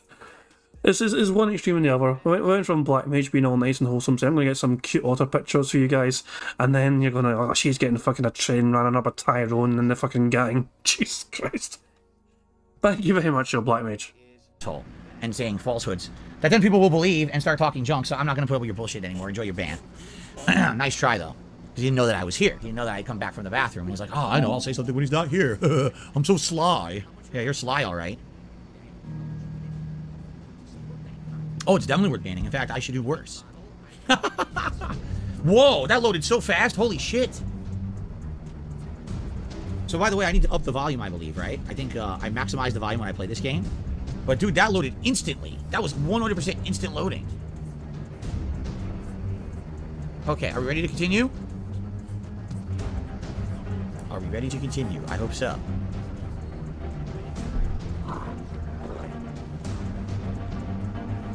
You good? Excuse me. No more Xbox? No, we're not playing on Xbox today. This is PlayStation. Texas Chainsaw Game is different. 4 to 3 humans and 3 killers, but it has similarities to Friday. Then I'm probably not interested. Okay. All right, here we go. Alrighty, everyone. Welcome. Money, yeah, yeah. Money, money. Oh, money, money. Yeah, yeah. Money, money. Thank you very much to Kel Denson for a super chat. It says going into Cat is probably like walking into a mall. It's probably like fucking flying a paper airplane into the Grand Canyon, but there you fucking go. That's the end of bingo. Phil's now recording for bingo, so that's going to be into that. Sadly, we couldn't get a full house. We were 4 away. We were 1 burp away from a free space. We were 6 snorts away from another free space. And yeah, sadly, it is what it is. Nothing we can do. Bugged bingo mechanics. We got 21 out of 25. Still a strong card. I'm amazed that Phil did not say idiot one time. You know, that's the one big surprise. No word, no mention of idiot. I thought he might have dropped it right there at the end, calling someone an idiot for banning them, but no, Phil did not say the word idiot. So I'm as shocked as anyone else. So that's going to be the end of the bingo. Let's refresh the stream and see how Phil's doing for support. Currently, he's at 4. So anyway, before he started recording there for YouTube there. Welcome back to Final Fantasy 16. $4. $4 in tips. So let's refresh the stream and see how he's doing. Is that a dodge move? Do that when they're attacking you? 1 Minute Man has been, and he's fucking dropped his $20 contribution. So Phil is now sitting at a hefty $25 in tips. Congratulations, DSP, for your daily fucking $20 tip from 1 Minute Man, aka Planet Jeff. Fantastic stuff. Well, people want to check the autos before we go? Of course. Let's go to live. Ah, here we go. Look at it. There's a human. Get out of there, human. Why is there a human in our otter fucking feed? We don't want to see fucking humans in the fucking otter feed. Get that human out of there. But yeah, actually, this is actually running a bit of time to get fed. So, yeah. That's probably why the human might be there. There fucking might be something to do with that. But there you go. Oh, the otters. This one's got like fucking 3 different toys here. It's like a wee greedy bastard. You look at that shit. The yellow one, there's like a pink one, there's an orange one. Let's lost the yellow one now. The wee purple one there. This is a wee greedy bastard. They'll try to fucking get as many fucking toys as possible here. So that's so fucking cute. This is definitely, you can tell it's ice because you can see it's melting. Look at the puddles it's creating, these wee piles of ice, because they're just sitting there. It's like packed ice or something like, you know, so there you go.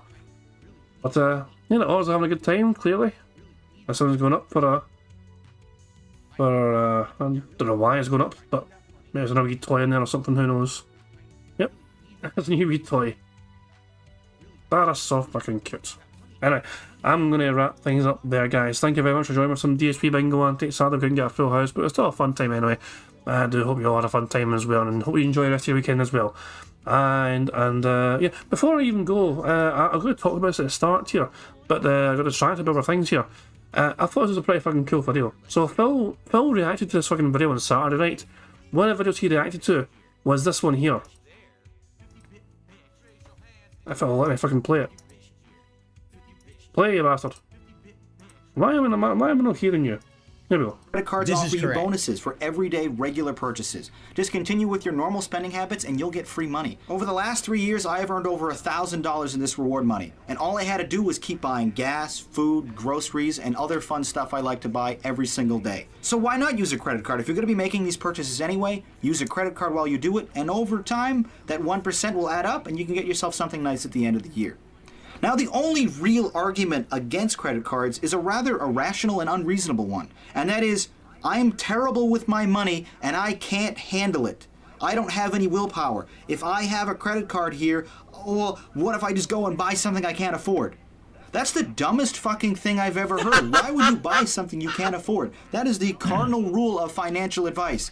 No, see, and this is where someone who's never been in a situation can't speak to it because they think that they're just smarter than you, all right?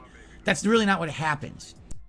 Phil Burnell immediately fucking cannot associate with that, you know. He's like, I'm that kind of person, but he cannot control himself. But the guy that made the video, you know, he made that video in the first place, you know what I mean, that Phil's reacting to, and this is him here, Jonathan Paola. He fucking loved it, this was clip, you know what I mean, so it's incredible to see this.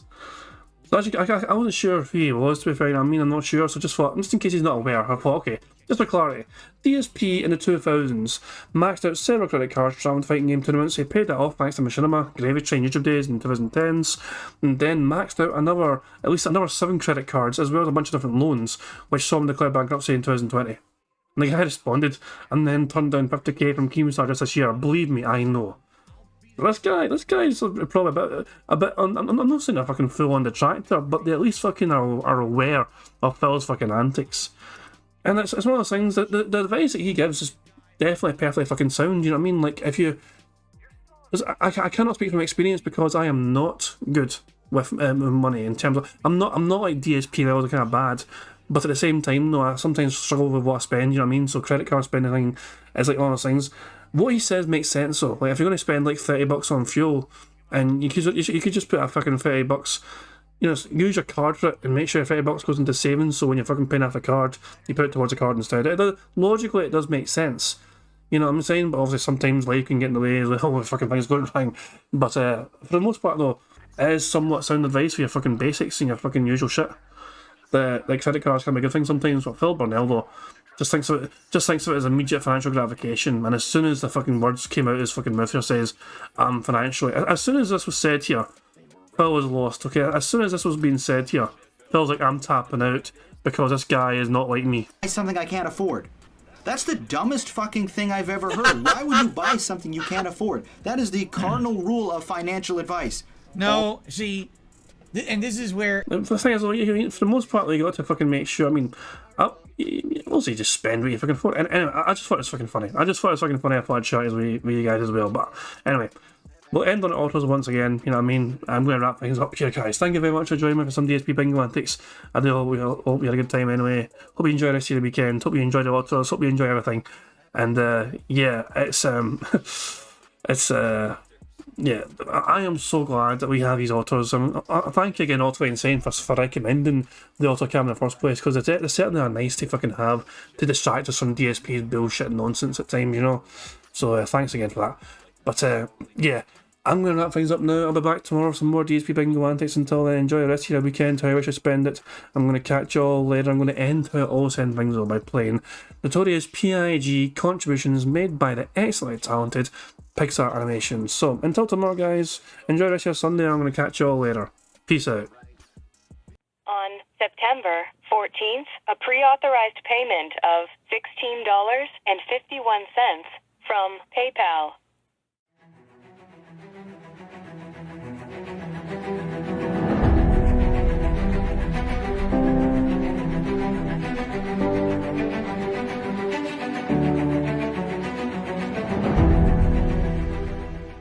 All right, Luna Mills has tipped me $1.30.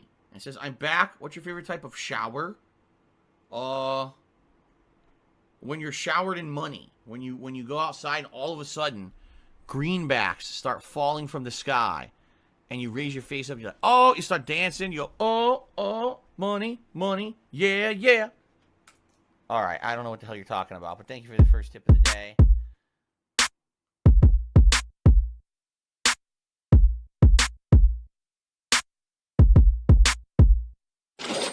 Money, money, yeah, yeah. Money, money, oh, money, money, yeah, yeah. Money, money, money, money, yeah, yeah. Money, money, oh, money, money, yeah, yeah. These contributions are mandatory. Money, money, yeah, yeah. Money, money, oh, money, money, yeah, yeah. Money, money, money, money, yeah, yeah. Money, money, oh, money, money, yeah, yeah. These contributions are mandatory.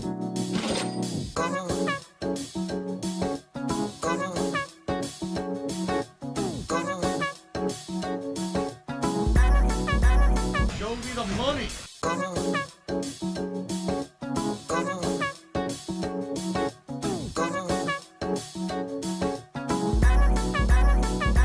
Free. Money, money, yeah, yeah.